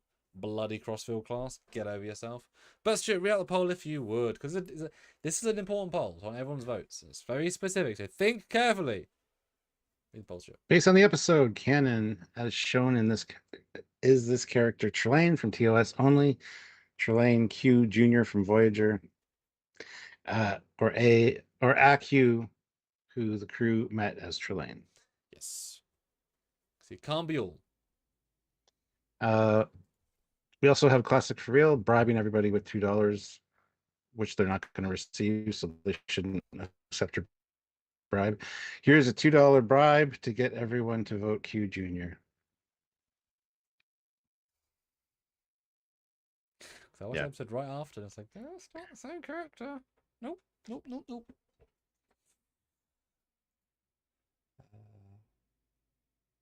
They meet the Endorian, which I'm again assuming is not the same actor. Yeah. Well, hold on. Before we get to that scene real quick. Nice. He's like, I must go. I must prepare for the rehearsal. And she, when he walks away, she really looks like, oh, I don't know. That's what kind of clicked. And then later, she also takes like a breath as they're just ending the scene as well. I don't know. It's because I don't think they've got much of an emotional standpoint to build from. No. And he's not done the thing that would inspire this affection. And even if she feels more free to have feelings because the gore and stuff's past her, I don't know why I should pick Spock. Like, it'd be more funny if she picked Sam. Like, you know what I mean? Like, they have such different personalities, but like, yeah. He can let her be free. I'm just saying, there's something about the way this was done yeah. that hints to that, and then the ending when she wants to dance with him. There's more than just that. I think there's a subtext there that I don't know.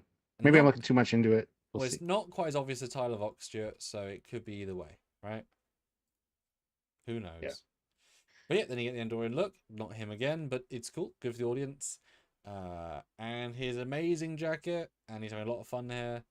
It's great. Even the same green boots or green trousers. Sorry, great, good stuff. Mm-hmm.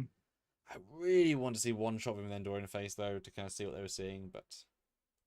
I will say this is the most boring scene in the episode for me personally, because it's just such a weird tonal scene. Like, no one's acting like you associate them, and Benga's like, I didn't practice that. It's like, he's a war criminal. Look, everyone's a bit weird because it's a weird scene. Yeah, but that's okay. I mean, the first time I watched this, when Corby comes out with the cake, yeah, it's like something's off with them, obviously, which is great. But then the first cake tasted like there was heat to it, like a spice, and also brine, like salt water. So I thought, did he sabotage the cakes?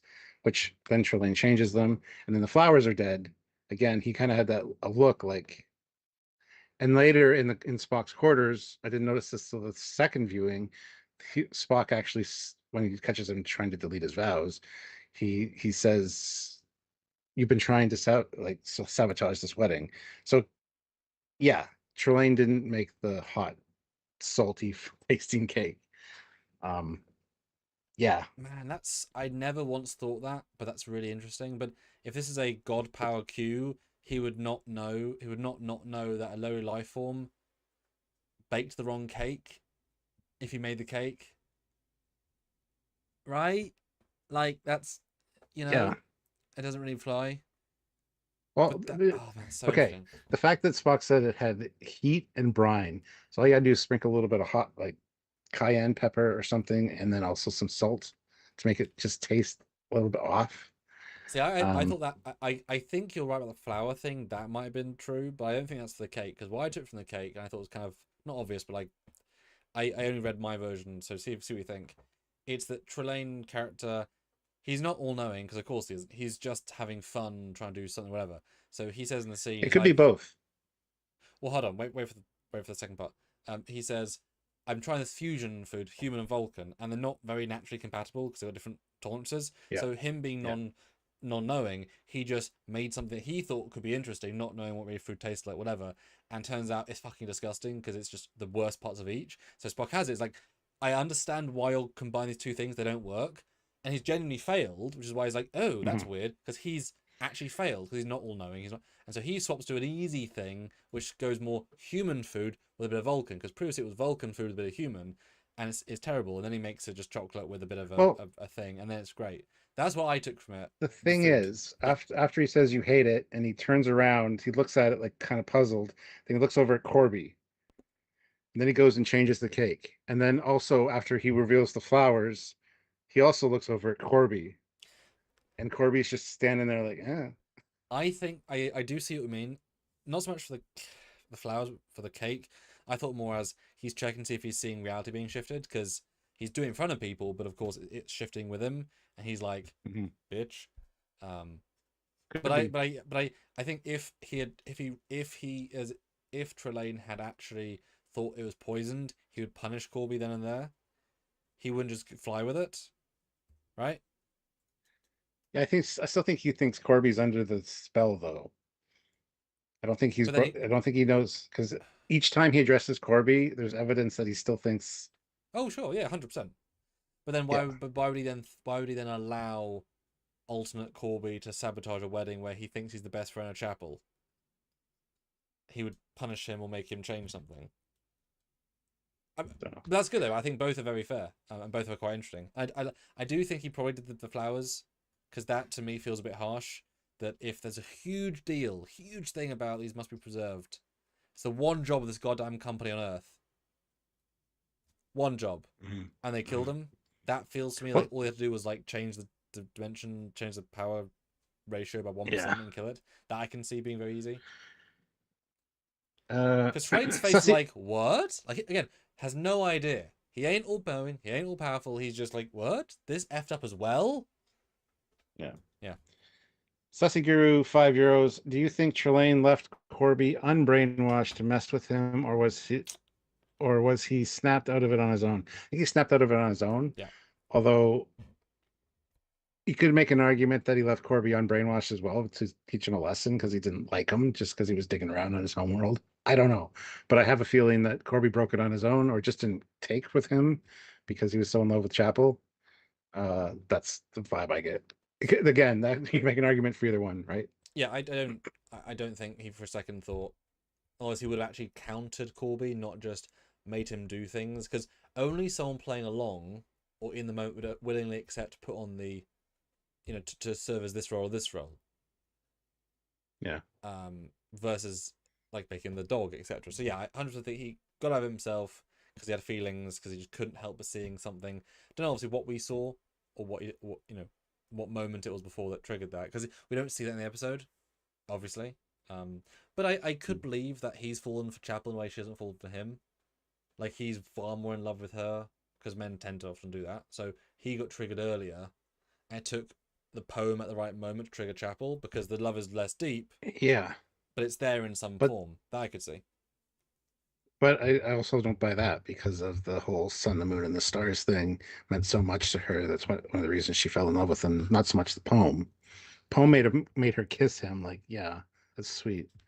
But I think the other thing locked it in for her. Like, I don't buy that if somebody would have talked to her, even though Corby said he did, that her love wouldn't have overridden the thing. But whatever. It's Well, I think it's because it was in the wedding moment she was so filled with the fake love maybe. emotion that then triggering the direct, sharp turn to what the real love is Well, of her real body that shifts her into remembering. the other the other argument can be made that she still does love Spock, and she always has loved Spock. So it's Ooh, not hard for yeah, hard for her to just follow that course. that's. But then And the she, yeah, even though she does love him, she knows she had to end it. And it's one of those situations where she loves both. which is why Yeah. I thought it was originally his poem, and he originally for the vows I thought it was his poem that Corby tried to delete, which is why he knew it, and because that was alternate this Spock that wrote it, not our Spock. So this Spock knew Chapel even better, so he would know the right words, but would trigger her to love him the most, but then get her out of it. So that's why I think, which is why the first time I watched it, I thought he was completing his role as the Spock who loved her, which showed he No. did love Yes. her, and then it triggered her. But then using Corby works either way worked absolutely fine. But yeah, the surprise of Trelane's like, what? The flowers? But I actually really like it if he's not been sabotaged and just like he sent for these flowers, which are only at Earth, right? They are in the system. It's not very long to get there. They could do it that day. That even though he's very, very clever and very powerful, if he's not changing reality, some things go wrong. This happened to go wrong. He's like, God damn it, fix. Yeah. So I like just, it's just an accident. Like just they messed up, but he didn't check because he's not thinking about it. Yeah, well, just after she finds out they're dead, though, he does a hard look at Corby with his hand up. He's like, so I don't know. It could be, Which is great. I yeah. think these all work actually. Mm-hmm. Yeah, it's cute though that of making flowers stay together for. That's nice. It's a nice idea. Mm-hmm. Mm-hmm. Gentle. Yep, but he brings them back, and everything's good. And they do their little quick walkthrough of the wedding. I love how he's like, "You're gonna spin her into the," and Mbanga's like, "I didn't practice that." That's a weird everything. Was like, yeah, nice line. And then Corby wants to talk to Christine. He's like, "No, no, no. She's got to go for her final fitting." Um, and he gets her out of there real quick. So, Yeah. please tell me you're not going to wear that jacket on the day, Corbs. I love how Corby's always like, "It's Doctor." Yeah, that joke is funny the more you watch it because he says Yeah. it every time. Yeah. It's true though that people that insist on being called Doctor, they feel a little bit inadequate. A lot of Oh people yeah. with a lot of letters behind their name on a business card don't care. They don't care if they're called Doctor or not. They just True.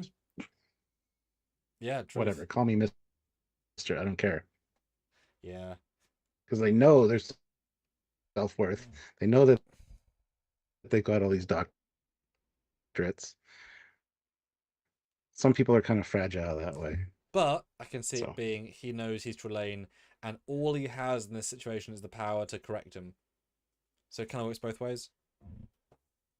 yeah.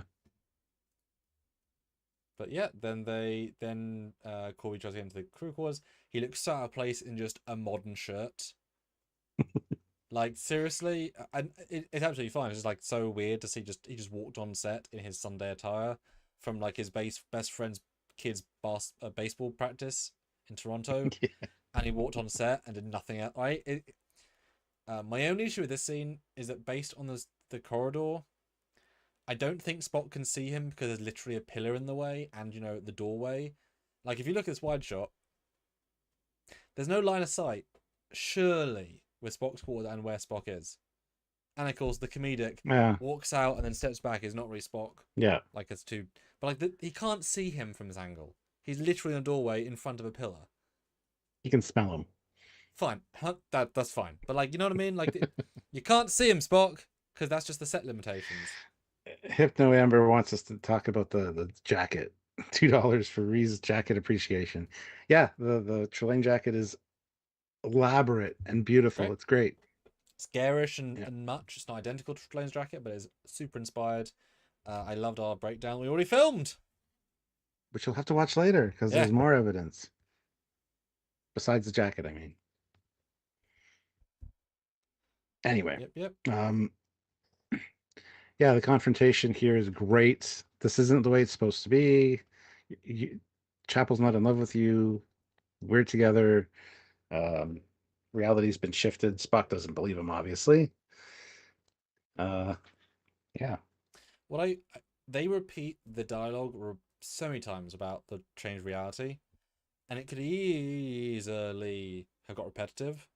But I like the Hmm. fact that because it's that role reversal of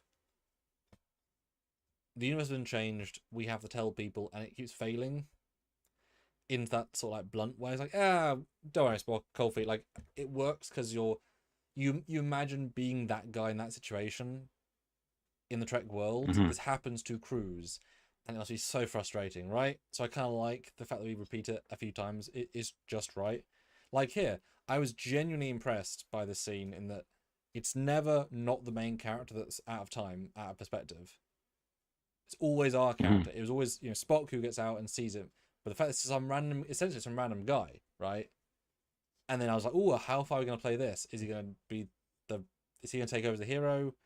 Like oh gosh, in Discovery season 1, Stamets is the one that because tardigrade is out of the time loop. He's not the main character. That's nice to bring him in. I was like, oh, okay, good. Stamets gets like that. So I felt like that for this, but done well. And you could just imagine how just pissed off he is, but in a good way. It's like, mate, like, but I appreciate that he never, because you could assume fairly that this Vulcan did something to change the universe to get a girlfriend and a wife. You could assume this because that's who wins that situation. One man, Spock, right? Hmm. Thankfully, there's never even a hint of the acting of was it you? In a similar Yeah. vein, when Spock in a minute reveals he knows things, there's never a moment of were you lying before? It Everyone's at face value, and I really appreciate that because right, you need that sort of trueness to the character, and so I appreciate them that tone. So well done. Yeah. Yeah. But here he explains that he read her the poem. She kissed him, and she even says the name of the planet, which is important because it's Trelane's homeworld, Vadia 9. Vadia 9. So Vadia 9. Now you know. And yeah, and Spock gets pissed to the point where he punches him out. And then you hear the click or the reverse click, which I don't think I heard the first time. How could you, I right? definitely picked it up on subsequent watches though. Yeah. And it happens like 3 times in the episode Yeah. where and later with Chapel, the same thing. Yeah. Like I said, a little bit hard to believe Spock would punch him. Yeah. Especially, I mean, you've got to also imagine that he's holding back like 9% of his strength. Because that punch on his nose would break his nose, presumably crush into I think his he punched skull. him in the jaw. Either way, he's broken the guy's face because a Vulcan punching a human is like brutalizing them. So he's got to be holding back so far of his strength. But they don't really care about that, you know? And it would have Yeah. been funnier, like, if he'd said, Mr. Corby over there. What? Right? Yes. Yeah, yeah, yeah. It, you know, punching him But is. that wouldn't show rage though, or like jealousy. But Vulcan rage, because he could Vulcan rage pinch him. It's not a thing, Well, he's literally. already shook his hand, so it's already uncharacteristically not Spock. I know. I could say they push him a bit far this episode. Um, but then I love the edit. Hard cut from what have I done to lying in bed. Probably been about an hour. Like he's just super chill. Wakes up and it's comedic. Like, oh, and we don't bullshit. We just move on the scene. It's great. Chemistry's good here. They're on the same side, and Spock is so straight laced about this. And there's not even sadness in There's Now Lost Chapel. It's just a truth. The truth is that I was It's just not a with. problem they got to solve. Yeah, because I think he did probably had already. I think he had tick boxed I've Lost Chapel in that scene that you Yeah. mentioned earlier. Yeah. So there isn't that, and I just appreciate that it's straightforward and it's nice and it works and it helps the episode a Yeah. lot because he's not disingenuous. Because Well, they could have made that like a giant plot point. They can't break the spell unless he feels like he's lost her. You know what I mean? Like yeah. make it some. It's not working, Spock. Why? Because I might get her soon. No, it's good. It's appropriate level of what they did. And Spock asks him, like, have you talked to Christine? Yes, but she shut me down. And then it's like, oh, let's go through all the possible explanations. Mass delusion. environmental hallucinogen, alien virus, biofilter's just been upgraded, an improbability field. We were in one once, made us sing. Love the look on his face when he says that line. But And then my favorite bit, well, if it's some intelligence how must do this, then why hasn't it affected you? Well, sort of, my keen intellect is...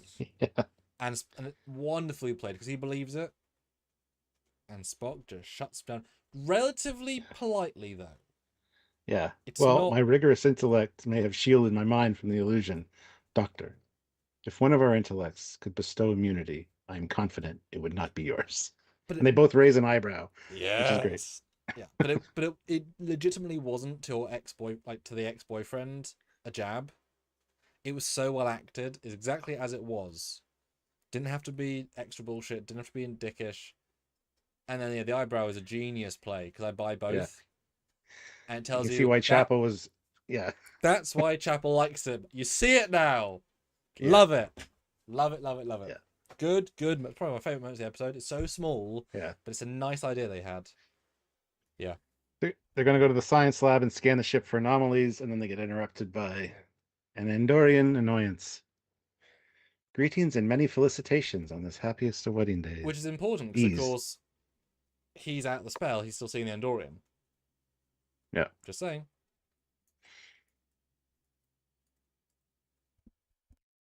Yeah.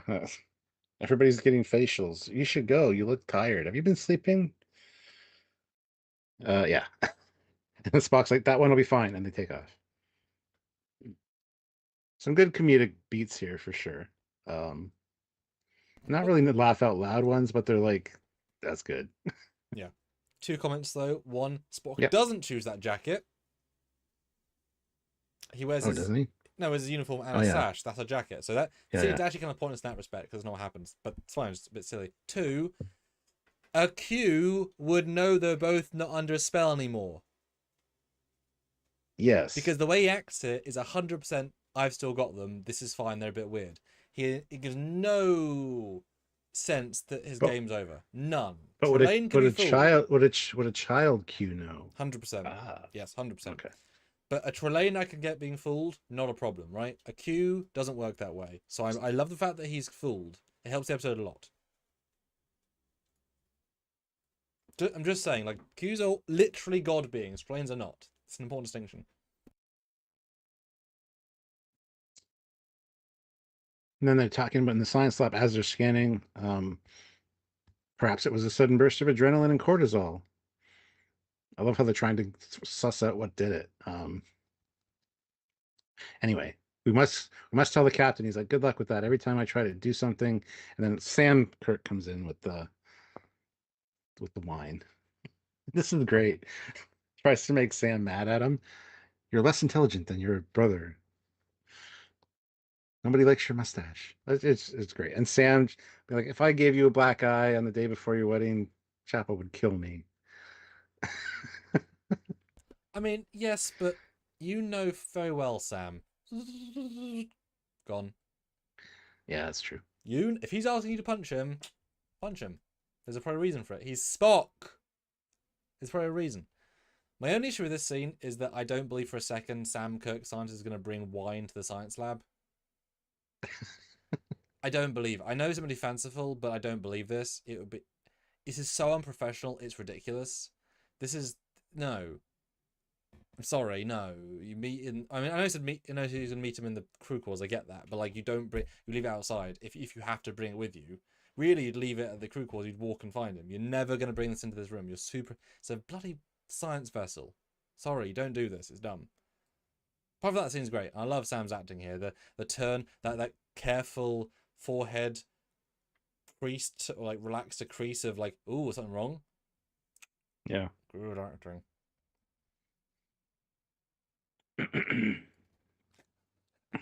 Anyways. Line is terrible.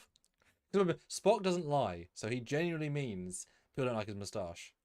Yeah. Oops. And you have bad taste in wine. I love how he just gives in, and this isn't going to work. It's Yep. the Chardonnay, I guess. Yep. Which, yeah, keep the facade going if you have to. Move on to the next Yeah. step. Go to Spock. Go to Kirk. Pike. Go to- Jesus Christ. Go My only to the problem, captain. thank you. My only problem here is that Spock would know the itinerary for the day, because he would have researched what the fake reality would give him. But did he forget about it when he snapped out of it? Because now he's not in the same reality. No, because he remembered the previous scene, and it's all part of the same. No, because if he knew about the day's itinerary earlier in the day, he would still remember that, because he still remembers earlier the scenes that happened. And he might not know that they were going to throw him a bachelor party. It could have been a surprise. They were going to call him to the quarters, or he just came in anyway. They didn't say that, but I wish they had. Yeah. And it's a very sad bachelor party because none of his friends are here, like friends. It's a guy he's met twice, you know what I mean, like Scotty and Benga, who they've had a few scenes together at best, and Sam, cool. And Sam was just there, who just his moustache was shit. Yeah, not a good We party. get But Scotty saying, yeah. Scotty's saying, no, I don't really touch the stuff. Not very much of a drinker. And he Really? does drink Okay. his drink. Yeah, and a pint of Guinness later, or whatever that was. Yeah. But yeah, terrible bachelor party. I really wish the Vulcans had been here, but it makes sense that they can force people to come here, right? It's all who's on the ship, right? And I did notice at the end of the scene when Scotty tries the Vulcan food and he hates it because it's absolute the palate. He actually grabs the bottle very subtly to try and take the taste away. I didn't even notice that here. Neither did I, but it's like, That's good. because because you didn't want a big moment of him now being alcoholic. He's not, but Yeah. I buy that as a nice little touch. Yeah. Yeah, I told you, cold feet. My feet are perfectly warm, thank you. Yeah. Just his way of like digging back. Anyway. Yeah. Yeah. So Jesus they find out Christ, there's wait, 107. Donnie hates this episode. What? Donnie is already pre-given a score. Oh. Donnie Oh, is so- famous for being 9 or 10s out of 10 for even the worst episode. I mean, even the okayest episode. He's given this episode a 7.75 out of 10, which for him is like, he'll never watch it again. He hates it. Donnie, why is it so low? That is so low for you. You gave the last one 9 point something. This is that much worse than last episode? My goodness, sir. Please explain yourself. You hate this. Why do you hate this one so much? I'm not even joking, guys. He has a very weird scoring system. I'm being serious. He hates it at that score. Wow. Are you okay? Continue. Classic for real, $5. TOS Spock and Benga. Remember when you were chief medical officer and also a war criminal? Unfortunate about Sam. Remember when he was posted here? Yeah. I'll never mention Sam again, despite it being my bachelorette party. Bachelor party. I'm the only one, and Kirk even said, I'm the only one that called him Sam. Oh no, he did. Oh. Yep. Yeah. Bloody It's Strange fine. Worlds. They keep doing bad things. Anyway. And then I like how I don't know what the logic is in the episode. Per se, but I like the fact that Corby has full like ask, like no one thinks it's weird that he's at this party. Okay, no, they don't know he was Chapel hitched. Was they don't know they're No, together. it's Chapel's best friend. Okay, that's fine. Because it's funny, like in the context, Chapel's actual boyfriend is asking him I do think it's a little bit odd that we have TNG level computer powers in TOS that we can ask the ship for crew personnel limits, scan the ship, get people, get it all inactive. That was a giant thing in TNG. TOS never once asked the computer. It could ask a wall, it could ask a monitor, but not the wall.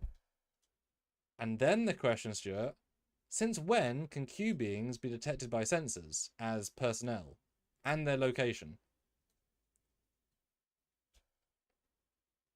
Exactly. Because they have Well, zero trouble finding the guy. Yeah. Zero. Don't think Qs can be detected like that. Pretty sure they can't be scanned. Just saying.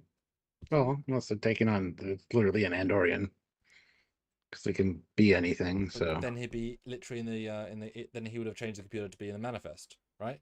Because it's the wedding party list. if he thought about it, he's a kid. He doesn't look at the grander scope.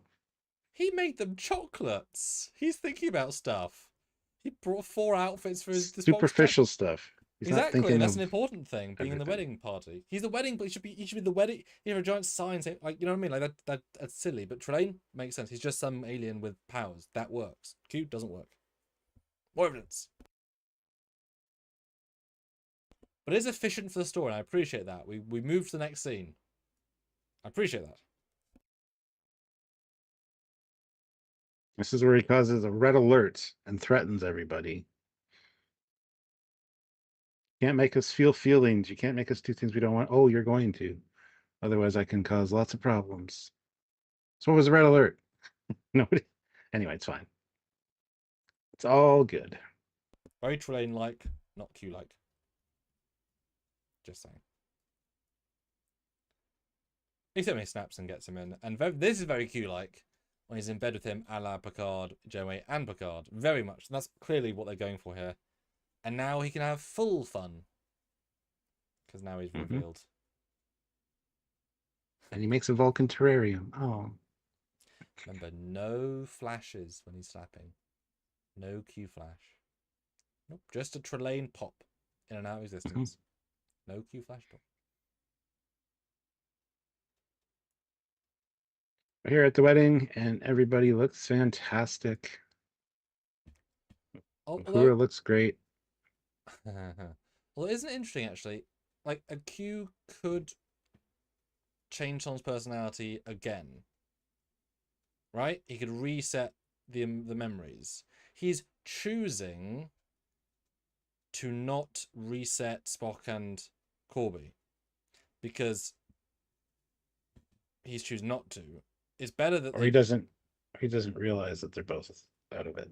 Well, he does, because he threatens them both. He threatens Spock in the scene, Corby in the same scene. Oh, that's true. Yeah, so he does. So he's letting them be because he wants the wedding, he wants the humiliation to happen. So again, he's Trelane powers, because Trelane powers have been beaten here. A Q would just reset their brains and continue. There's no reason he would let this happen. He's not there to be pissing people off. He's there to do the final things of the marriage. So he cannot re-affect them, is what I'm saying. His powers go as much as they've now cured themselves from his powers. He can't do the same trick. Because he's a Trelane, not a Q. So Q absolutely could. Yeah. Yes, wedding, great. Nice dress. Yeah. Corby looks ridiculous, of course. He's been now made the maid of honor. He talks about maybe the best way to play this out is to just go through with it and all the way to the end. Which play is his fair. game. He might release at the end. It might just be for the sense of the spectacle, right? A fair assumption. He does look great in that shitty outfit, though. Does Corby? It's a great choice. It's terrible. All of the outfits look great,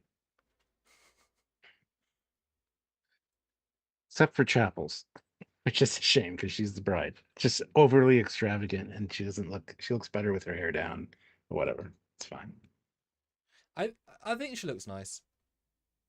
And I like the acting in her eyes in the wedding bit is so well done. Like, I don't know if she's actually married in real life. I don't think she is. Like, you can really sense some sort of sense memory going on, that she's living this moment, for like really living it. Because hopefully marriage is a one and done. That's quite a big thing to commit to, really. And I love the fact we see really good Andorians, like properly nice Andorians. Just chilling out there. And not redesigned and at Vulcan. all. No, literally, they're just great. Yeah, and Andorians and Tellarites. And Bolians, a bit weird, but fine. But yeah, all three major races are there. Cool. If they'd been a bit more literal with the idea this had actually been a Federation Charter day, and this is the guests, I would have liked to have seen a more split population of the party be of those four races, not almost all humans and a few other ones, because that would have made more sense. This feels more like a wedding party where there's people. Small thing, but it would be nice to see, like, here is a third of this, and just was expensive as hell, I get that, but like, would have been really cool to have just like 10 Andorians and some uniform, some not, and 10 Tellarites and some Tellarites, yeah, they're there but subtle. And I love Sam Kirk's just jacket, no effort at all. Is that, however, Kovic's belt, clip thing? Because he wears a suit, and all the thing is just different to the clip, so it kind of has that vibe. Mm, I was just wearing a suit, green suit. don't know. Canon, Yeah. suits, done.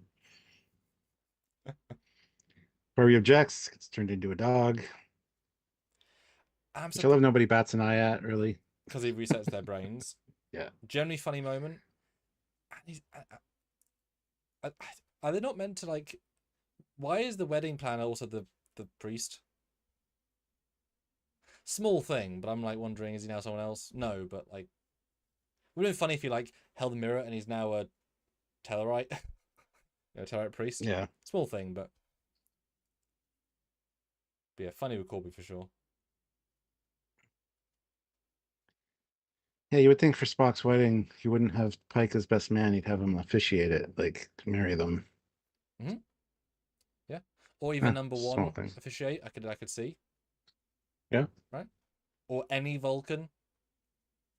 But obviously, that's the Mm-hmm. thing. Trelane wants it for him. That's the point. I get that, but like, Yeah. doesn't quite make sense. But no. But Spock reads the poem that won her over for Corby, Which Trelane and does not snap. know is special. He thinks it's Spock's Yeah. poem. So again, not all knowing. He's taking Yeah. it as and I liked watching the second time. Like, does he know what's happening? No clue. He's in the moment. Yeah. And says the person that loves you must be able to give you everything, offer you the moon, the sun, and the stars, and that's all at once. And that's when it snaps.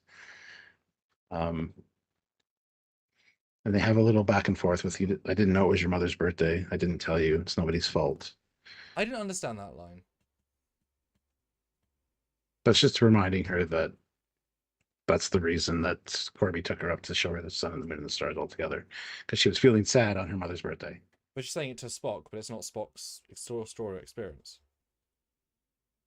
Yeah, but he heard the story. So he's just, because she just snapped out of it. So he's like, you never told me your mother's birthday. You didn't love me as much as you love Corby, essentially. Yes, but she only told the Corby once they were dating. I guess they were dating as well. Yeah, after the Okay, incident. that makes more sense. Okay, it's just a weird line the way it's whichever. But interesting question from Tim in the chat. So stupid question. Star Trek Generations had to reuse DS9 uniforms, but Disco and Stranger Worlds change uniforms and have new costumes every episode. Why? Because Oh damn. don't really have an answer. Well, I mean TNG. Budgets? Yeah, I mean Stranger Worlds is a bigger budget than TNG. First of all, Generations also they I guess didn't have as big a budget as they should have. They spent money on weird things like the entire boat thing, which burned millions, and doing 2 different shoots on a mountain. If they'd not done the boat, they could have had a new uniform budget. They didn't. But also they knew they weren't going to do those uniforms again. They thought they would do new ones next time. So, yeah, just that film was mismanaged in a whole lot of ways. Budget was one of them. Right? And yeah, I don't know. It was weird. But yeah, I mean, Discovery Stranger Worlds, they're better with minimizing budget. LED wall very, very cheap. So they can afford to do that. Yeah. So Christine's like, I love Roger. And then he's like, well, he's a dog, so Here's a dog. I'm going to kill him. I'm going to kill you. I'm going to kill you. And you wearing a crown. What are you trying to do? Outshine the bride. And you wearing blue. Can't you see I'm in blue? This is where he goes a little bit typical Trelane. Has a little bit of freak out tantrum. Yeah, I was like really impressed by Chapel's acting. It's really just deep and sweet. Oh, it's great. Yeah. And Spock just lets her do it because he knows like this is her story now for the Corby thing. Yeah, it's very sweet. And the fact that he's lost it, Trelane. Again, Qs would just snap them back. Done. This is a Trelane. This is absolutely not a Q, not a god power. He's doing a little tantrum again, not what the other Qs would do. And it's funny and it's silly. And everyone's just sort of watching him.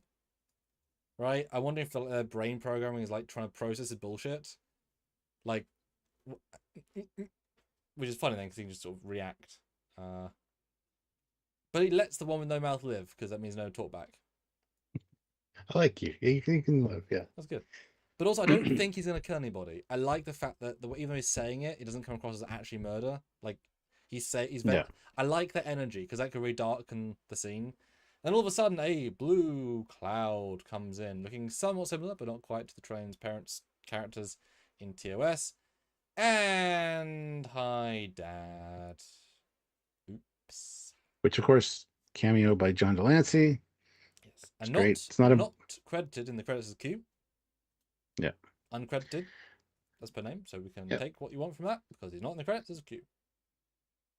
Classic for real, $2. Least Generations got Kirk to die on the bridge. Terrible. Oh no, the bridge died, or the bridge was on him. That's the problem. Oh, the Trek Anyway, was a film, not a TV show. So they had time to, in theory, they had time yeah. to. Dad makes them all undo it. Everybody is like, "What? Why are we here?" Says, "Do you want to be punished again? Do you remember what the punishment for disobedience was? You're a child, 8,000 years old, 8,020, Dad."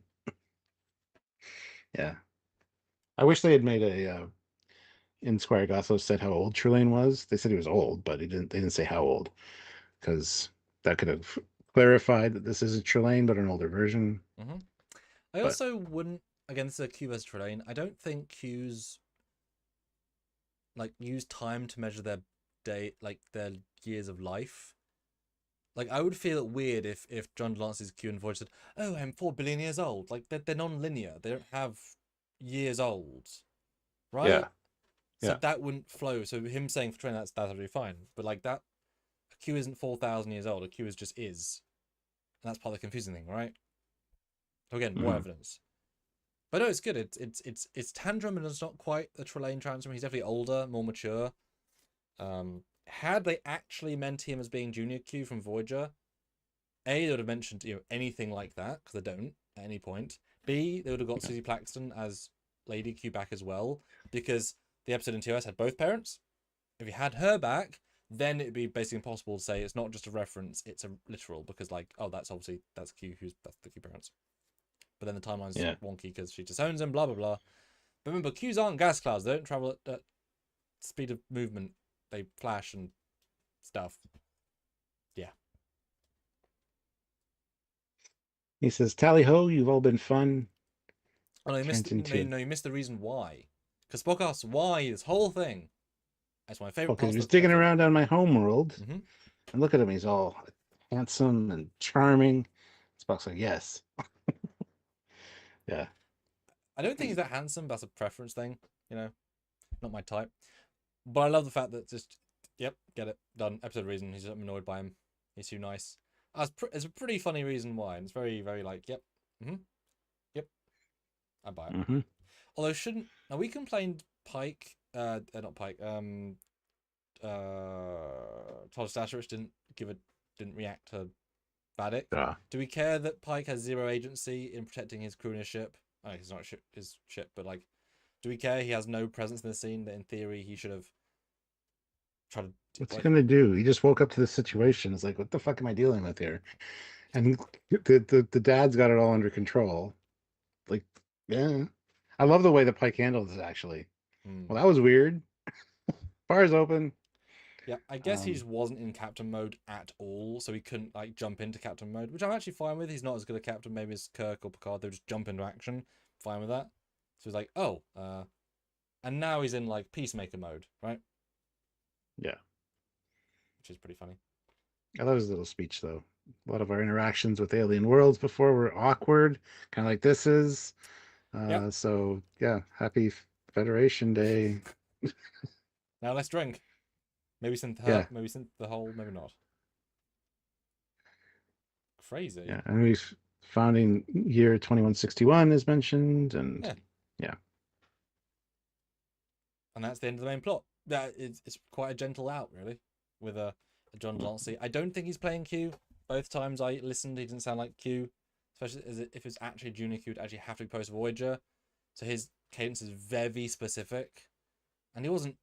I mean, he saw John Delancey playing a omnipotent being, but he wasn't playing Howard in Voyager, and he'd have to play it the same because he's the same version, yeah, versus like other versions. Just so.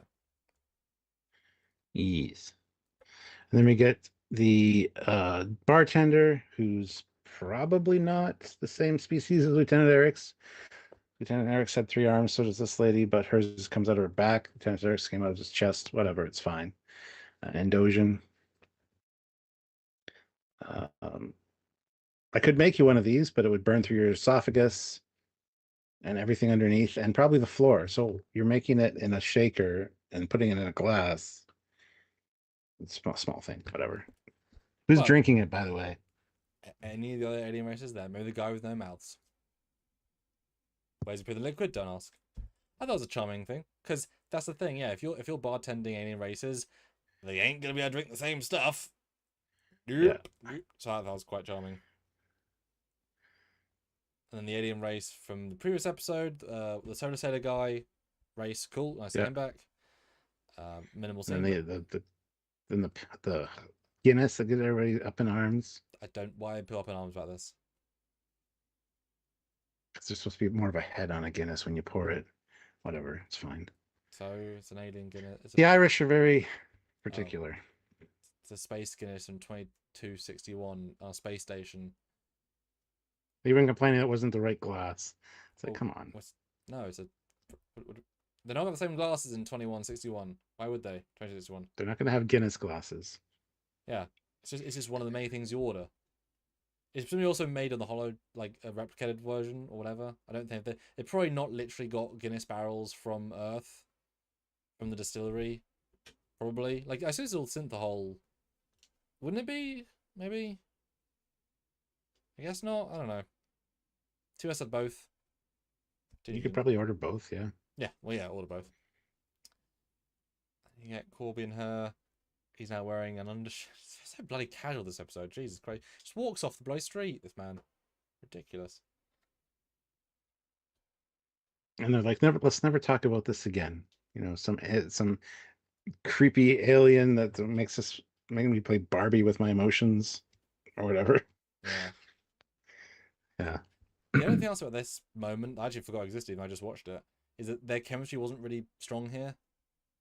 I felt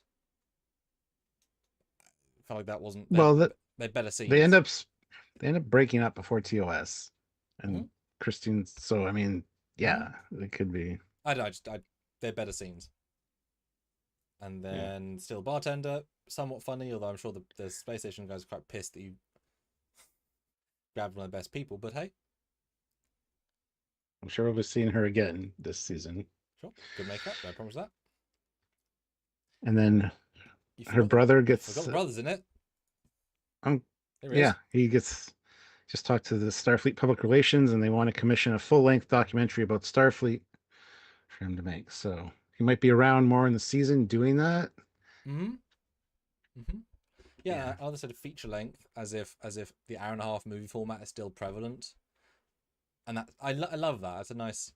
Well, I will admit when I was thinking, oh, Dr. Nelson from Memory Alpha could do it. I was like, oh no, that's my canon, not their canon. Damn it! Because she's around this. If you guys want to hire my girlfriend to play Dr. Nelson's Strange World, I'm sure she'll do it. We'll do a voiceover. It's fine. It'll be great. BJ, $2. Hold my Guinness. There you go. Yes. I like it. But yeah, cute little scene. Definitely just exposition. It shows how little he was in the episode when you forget he's in it for half an hour. But at the same time, yeah. Good little scene. Then we get Lon and Spock, and Lon says, "Love comes in all forms, Mr. Spock, and you gave her yours." And goes, "You're wasting your dancing potential. Are you asking me to dance?" And the vibe is either like, "I'm really sorry, mate. We all strike out sometimes. Let's make it up to you," or "I guess you're single now. You were already, but like I guess you're really single. I'm giving you some looks." But she's quite intense lady, so I can buy the one. It's well played. But I mean, she put a lot of effort into that look. She wants to use that look for some nice pictures and dancing, whatever. So I see, you know. Then we get a modern-ish pop song, which is something that's new to Star Trek. Usually they just play classical. It's like no other music existed between the 1500s and the future. I love that this is like an 80s song thrown in here. Typical wedding song as well, which is great. It's a good get up and move kind of song. And there's some really good like Mbanga and Scotty dancing together, and Sam dancing with some aliens. Well, there's with some Andorians, they're doing head. They got long hair, which is just fun. Yeah, it's a nice little scene. It's a gently charming way to end the episode, and with a very nice time. Because it is, generally 100th anniversary of the Federation. Big thing. Good Mhm. party to have. And Sam asked Ortegas to dance, and she's like, "No, it's all you. It's all you." And then she kind of, Did it? yeah, this is where it's like, oh, now there's a problem. What? Hmm. I love how Pike notices too that she left. Oh, I right. think I that's didn't nice. ask. Yeah, I see what you mean. Yeah. I didn't catch that. Yeah. Oh, okay. Yeah.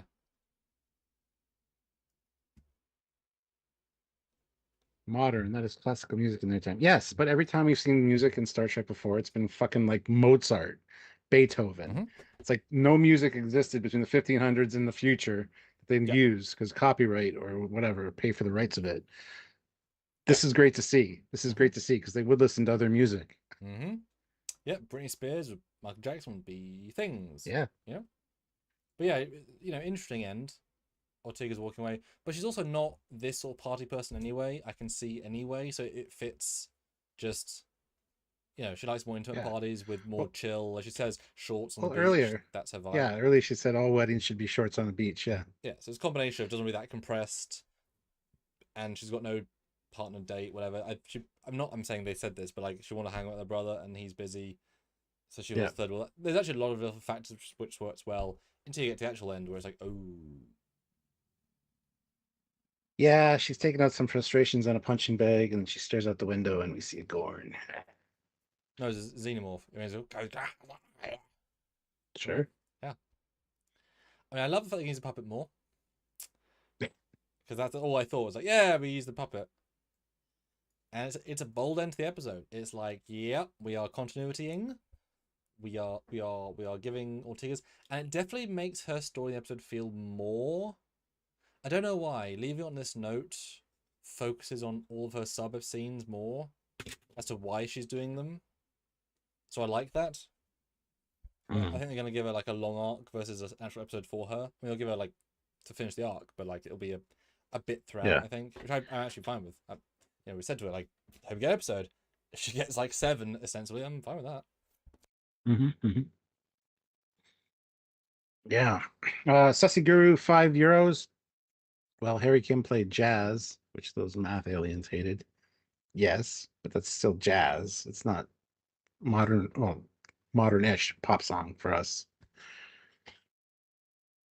Yeah. Anyway. Yeah. Weird way to end this. The tone of this ending was very off from the rest of the episode. I'm glad it wasn't like stretched throughout because I think it would have really fucked the flow of the episode. Because yeah, Ortegas was fine. Every scene we saw her, she was just her bubbly self, except for this end one. And yeah, and it went from a serious episode to a light episode. The next one will probably be a little heavier episode again. I love how they break it up like that. So Yeah, it's anyway, but I do think I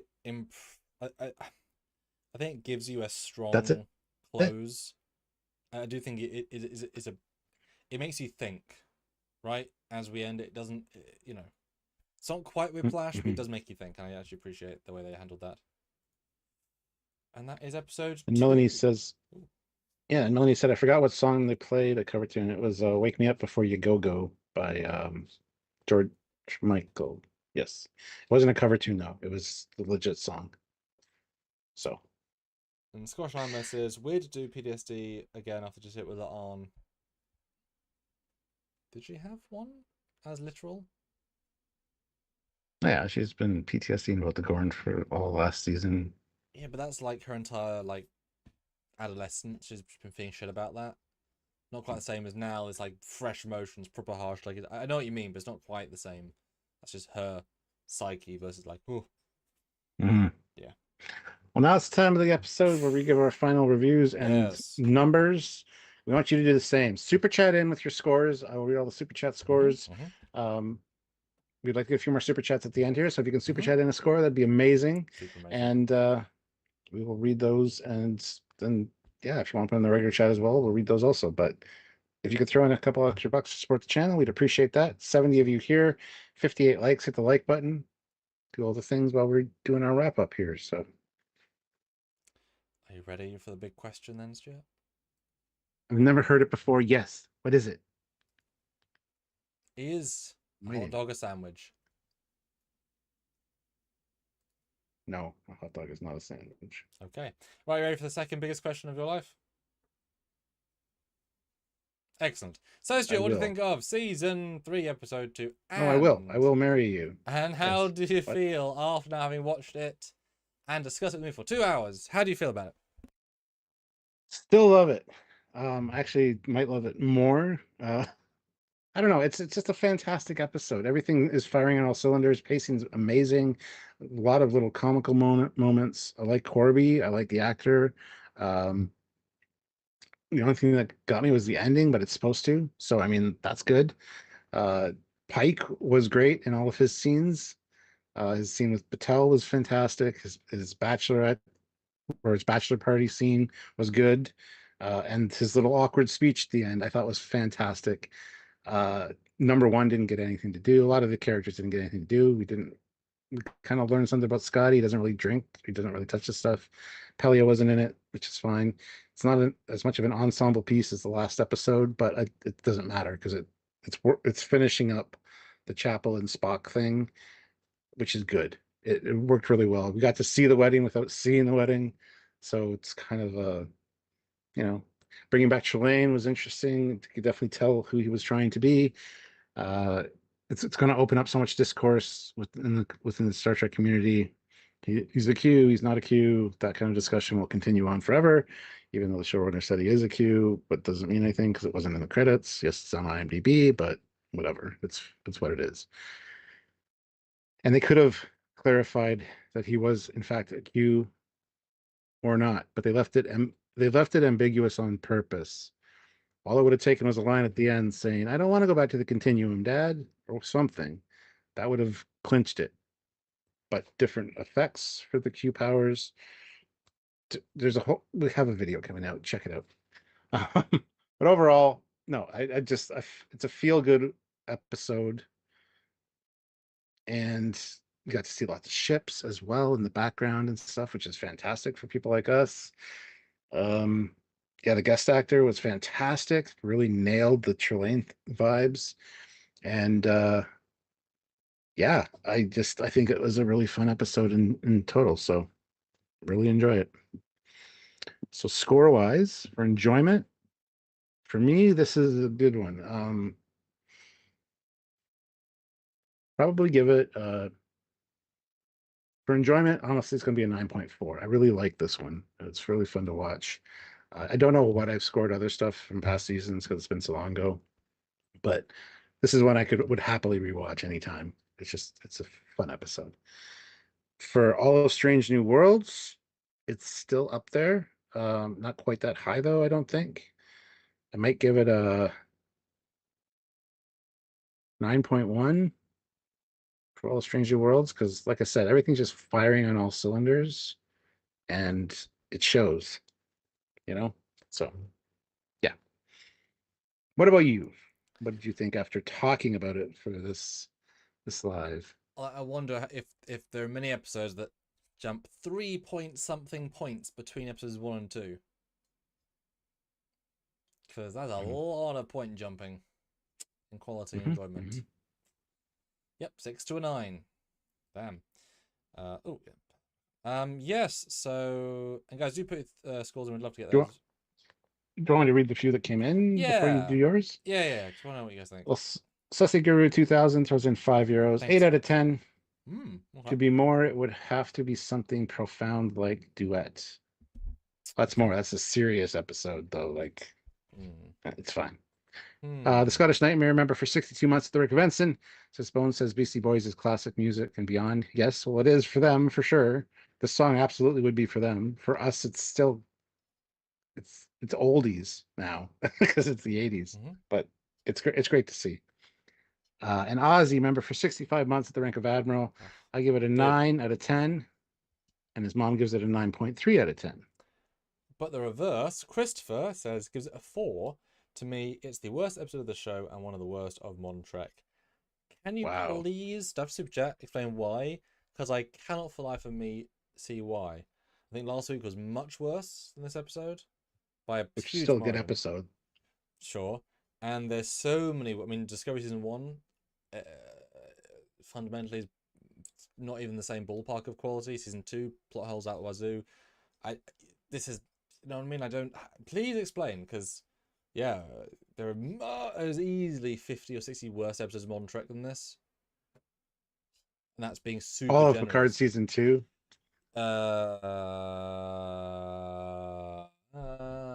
Yeah, well, just for enjoyment, yeah. I think episode 1 was good because it had all the canon we liked and the ships. But yeah. Quality story. The bridge wasn't dark. Oh, they didn't go on the bridge, did they? Nope. Oh my god. Wow. Anyway, let us know, Christopher, because that is a bold stance. I'd love to know why. Be specific if you can. Alright, Stuart, now you can ask me. The short version. Just repeat the live to where I asked you already.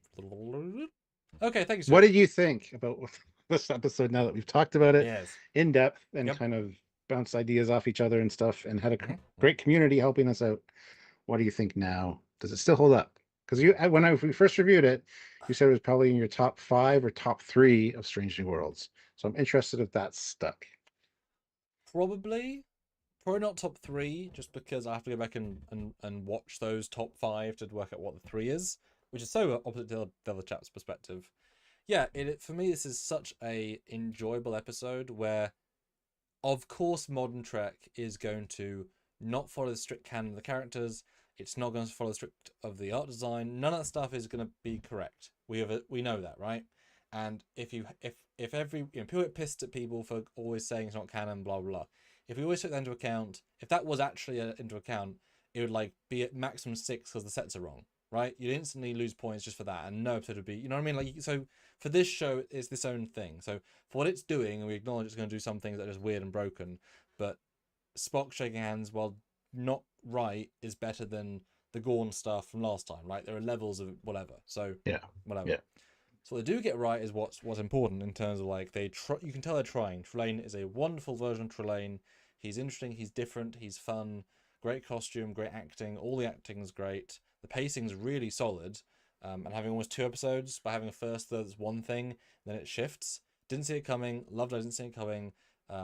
It reignites my I don't know what's coming energy for the rest of the season, because this included a few visuals we were not excited for in 1, and none of it was bad. The party, the whatever, like all that stuff was done well. I'm like, oh cool, right?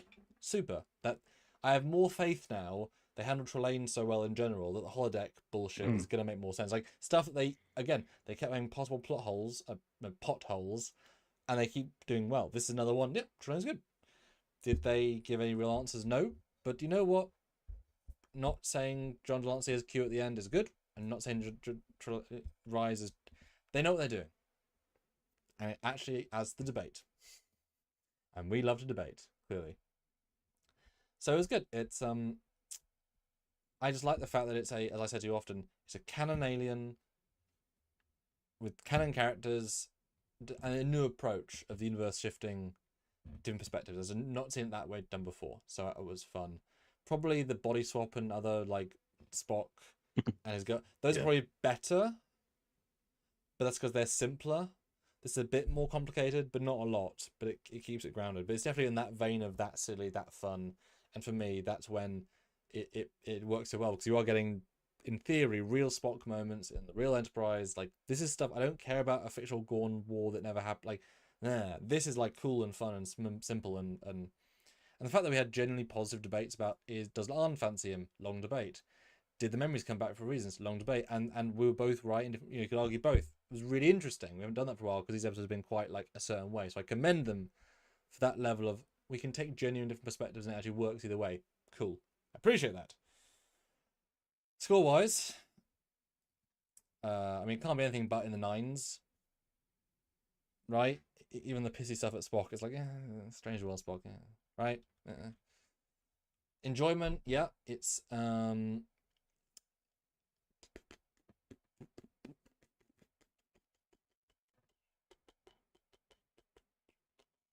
9.5. I don't think the show can get that much better, but in the sense of, if it does big things, like it does space battles badly, right? The Klingons often have bad sets, like, because it's so small, it does so much stuff right.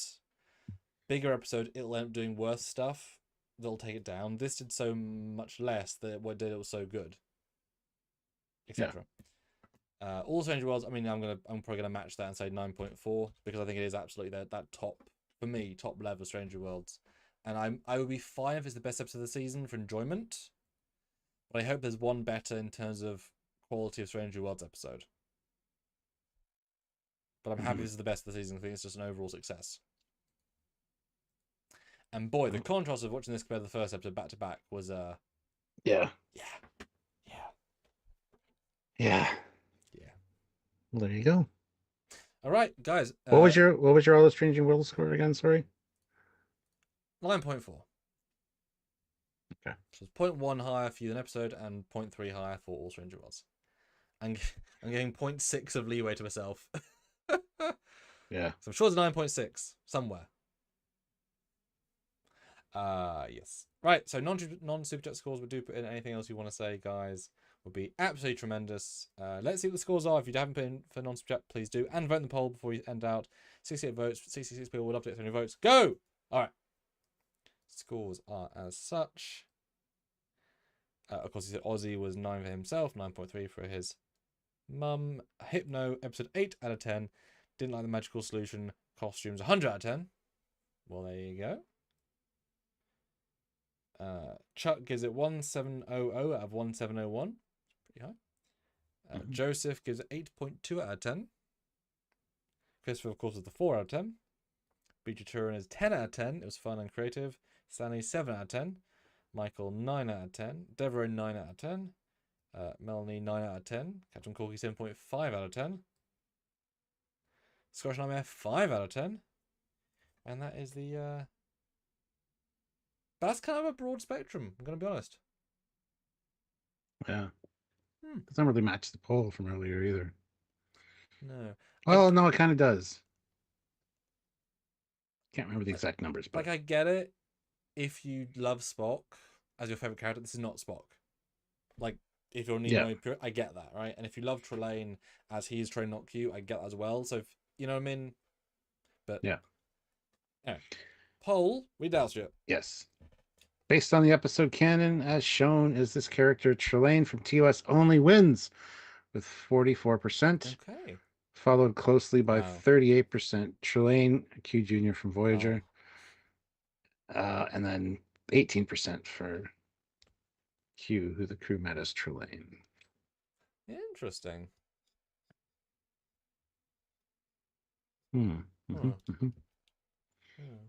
Interesting indeed. By the way, everybody that's here, 66 of you, make sure you subscribe to the channel. Check out our edited content this week. We've got some really good breakdown videos.